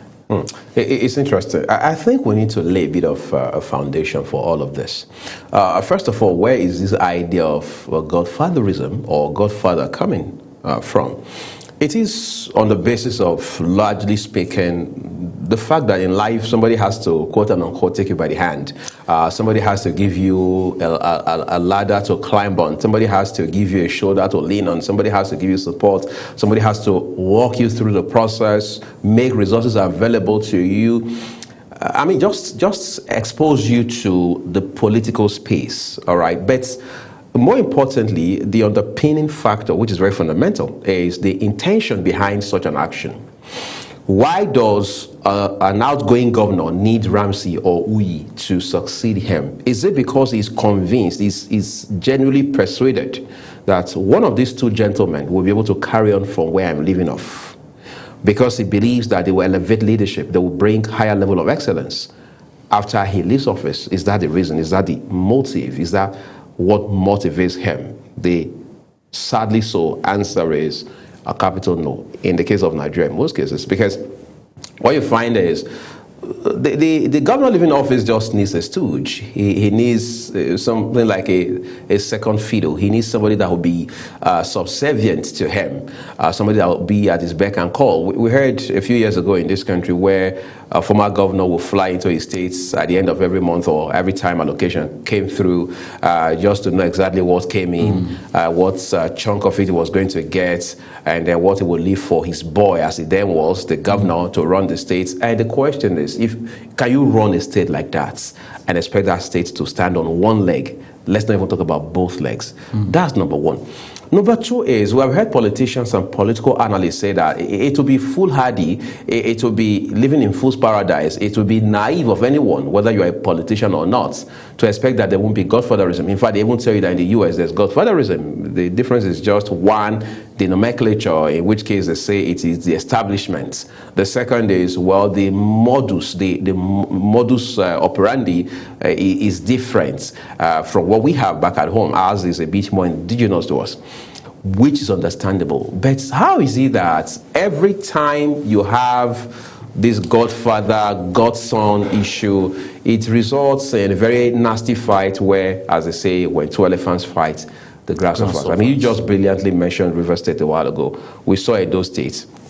we've seen a couple of other states across this country, how it almost never ends well. And people are now saying that, but it seems Delta State is a bit different because Ifeanyi Okowa has been out of office for almost 3 years. We have not heard or at least found a reason to lay hands on confirmed story as to the former governor having an issue with Governor Sheriff Oboriwori, who succeeded him. As a matter of fact, both of them agreed and moved from the PDP to the APC. So it wasn't really a case of one person moving and the other saying, no, I mean, I remain here, I can't leave this place, and things. So they say that is more like a departure from what we have seen in other instances. But that of Rivers State is quite a different situation altogether. I mean, as it stands today, the governor has decamped from the PDP to the APC. Meanwhile, his estranged godfather, the man who we had seen as his benefactor the entire time, is not in the APC, has never been in the APC. As a matter of fact, they say that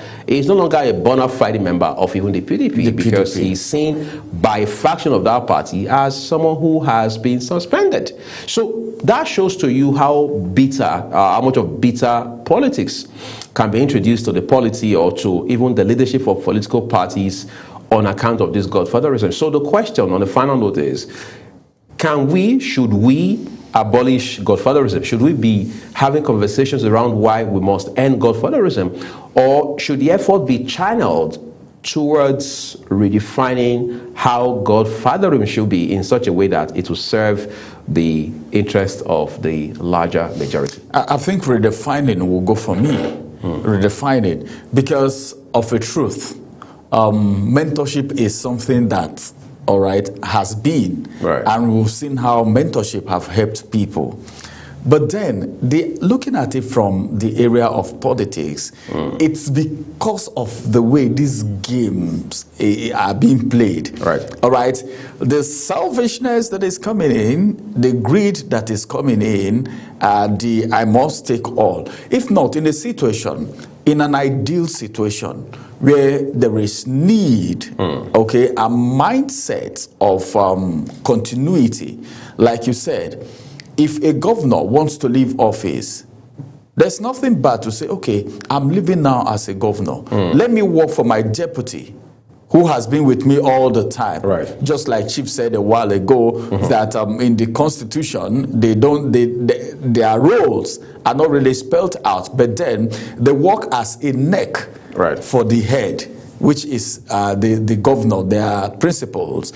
There is nothing bad for you to say, okay, this person has understudied me, all right, if I'm not there tomorrow, everything that I've started, the projects, you know, everything, the structure should be maintained. And there's nothing wrong if it falls back to you because it's your vision. You are the one that started it.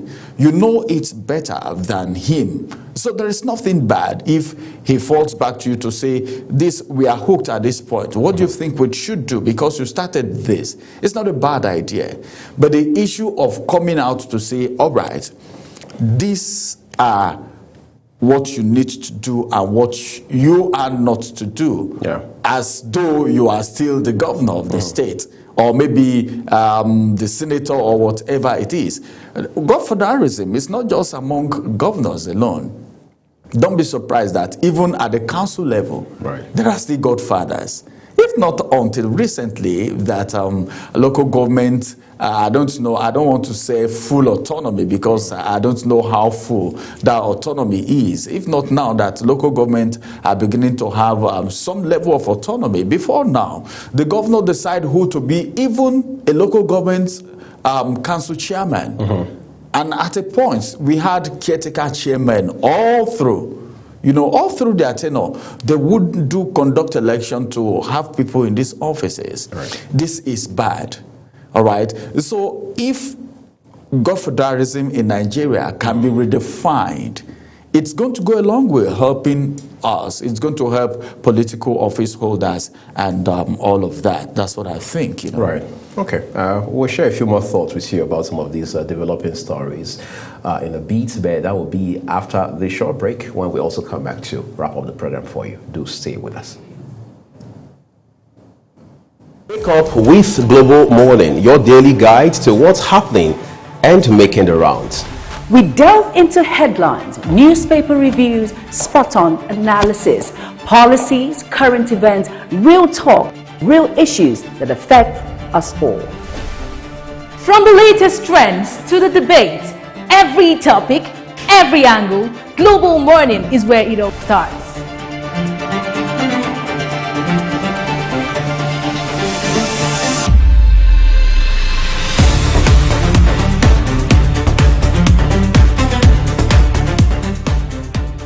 Global Morning, For the latest issues, always on point. watch Global Morning Monday to Friday at 7 a.m., Saturday and Sunday at 8 a.m. on Global Television.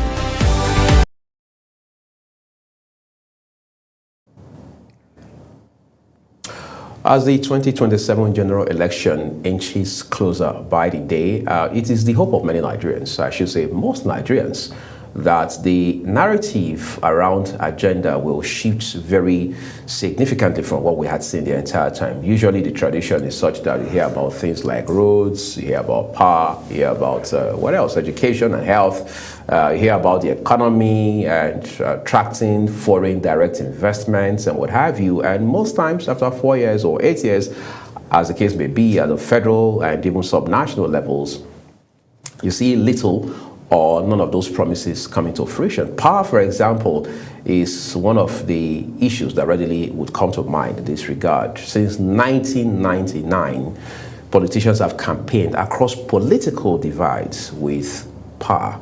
And this is 2026, 27 years of counting into the Fourth Republic, which we now call the return to democracy. Power is still a challenge in this part of the country, of the world. Yesterday, I had some very special visitors come over to the house, and they were asking about power supply in my area, and I told them it was quite impressive, even though not as they would expect it to be, such that compared to the Nigerian scenario. Right, and they were taken aback. These are people who even, not just that they live in Abuja, they live in an area in Abuja that you can say is more of an eyebrow area than mine, but they were shocked that I enjoy more power than they do. In fact, power is supplied to my area for longer periods than they have. You see, it's like comparing bad with worse. Nigeria cannot continue to be in that bracket. We must now be clear as to what are the key performance indicators that we use as a government, not just as a political party. For example, you ask yourself, Ramsey, if you were to stand for election, as it is currently structured in Nigeria, you have to do that on the platform of a political party. Your party has to be clear as to what their goals are. Again, that has to be hinged on strong ideological base, even though that's a problem in our system. And then you also have to be clear as to what you want to achieve, whether you want to become the governor or the president. That has to be clear. But most times, it will appear once you become the governor or the president, nobody talks about the party anymore. Nobody remembers if the party ever made a promise. The whole thing is just about what's the governor doing, what's the president doing. And nobody is also now asking if the governor or president were to be derailing, does the party even realize that the party that produced the governor or the president in this case, and what efforts is the party making to, if you like, whip the governor or the president back to line? But again, that's probably not far-fetched, because in Nigeria, once you become the governor or the president, you automatically become the leader of the party. That's where the problem is. That's where the problem is. If we must get these things right, then it means there should also be somebody who can call the governors, the president, to order if they are derailing. They don't know it all, and that's the reason you see them having special advisors, personal assistants, because they can't do these things. There are some things that party leaders can communicate to the governors, the president, that these PAs cannot. These PAs are appointees. Right. But leaking you can't take away anytime, any day, because everyone wants favor. It's natural with man, with human being. Right. No matter what you do, you would want to point the good side to yourself at some points. So now, if we must get this thing right, if the potentials of our parties would have to be something to reckon with. Right. All right. If political parties would have to keep these ideologies, because a lot of people, if you ask them right now, they'll tell you parties don't have ideologies. It's just a vehicle to take these people to wherever destination they want to get to, and after that they become leaders and they forget about the party. They remember the party again when the next election is coming around. That's just like what Chief was saying just now. Even party members are not being taken care of. They can't be proud of the party. And you see a lot of them saying good things in front of the leaders, but they go behind to do something different. Right. And that's the reason we have saboteurs in different parties all the time. So if there is anything that can be done for political office holders to be called to order when they are derailing by political parties, is going to go a long way. But the issue of, all right, now he's the president, now he's the governor, so he has all the power he can do and undo, it won't help our democracy. Totally true. It also means in this regard, Ramsey, we must be sure to continue to raise the social political awareness of our people, because you can't hold someone to account over something that you are not even informed about. For example, how do you track budget performance if you do not understand the dynamics around budgeting and the entire process around it? It just simply means that every budget cycle is just going to be the same as the previous one. So our people must be socio-politically conscious and aware. It also means that we must strengthen civic education in our schools from elementary all the way up, so that people understand that there's something called social contract, and that is quite brilliantly enshrined in our constitution, so that when your governor tars a road or sinks a borehole, it doesn't feel he's doing you a favor. It doesn't feel... And that's what they do. Yes, he's intervening in your life. He's only just doing a small fragment of the work that has been cut out of him. And that's the reason you realize that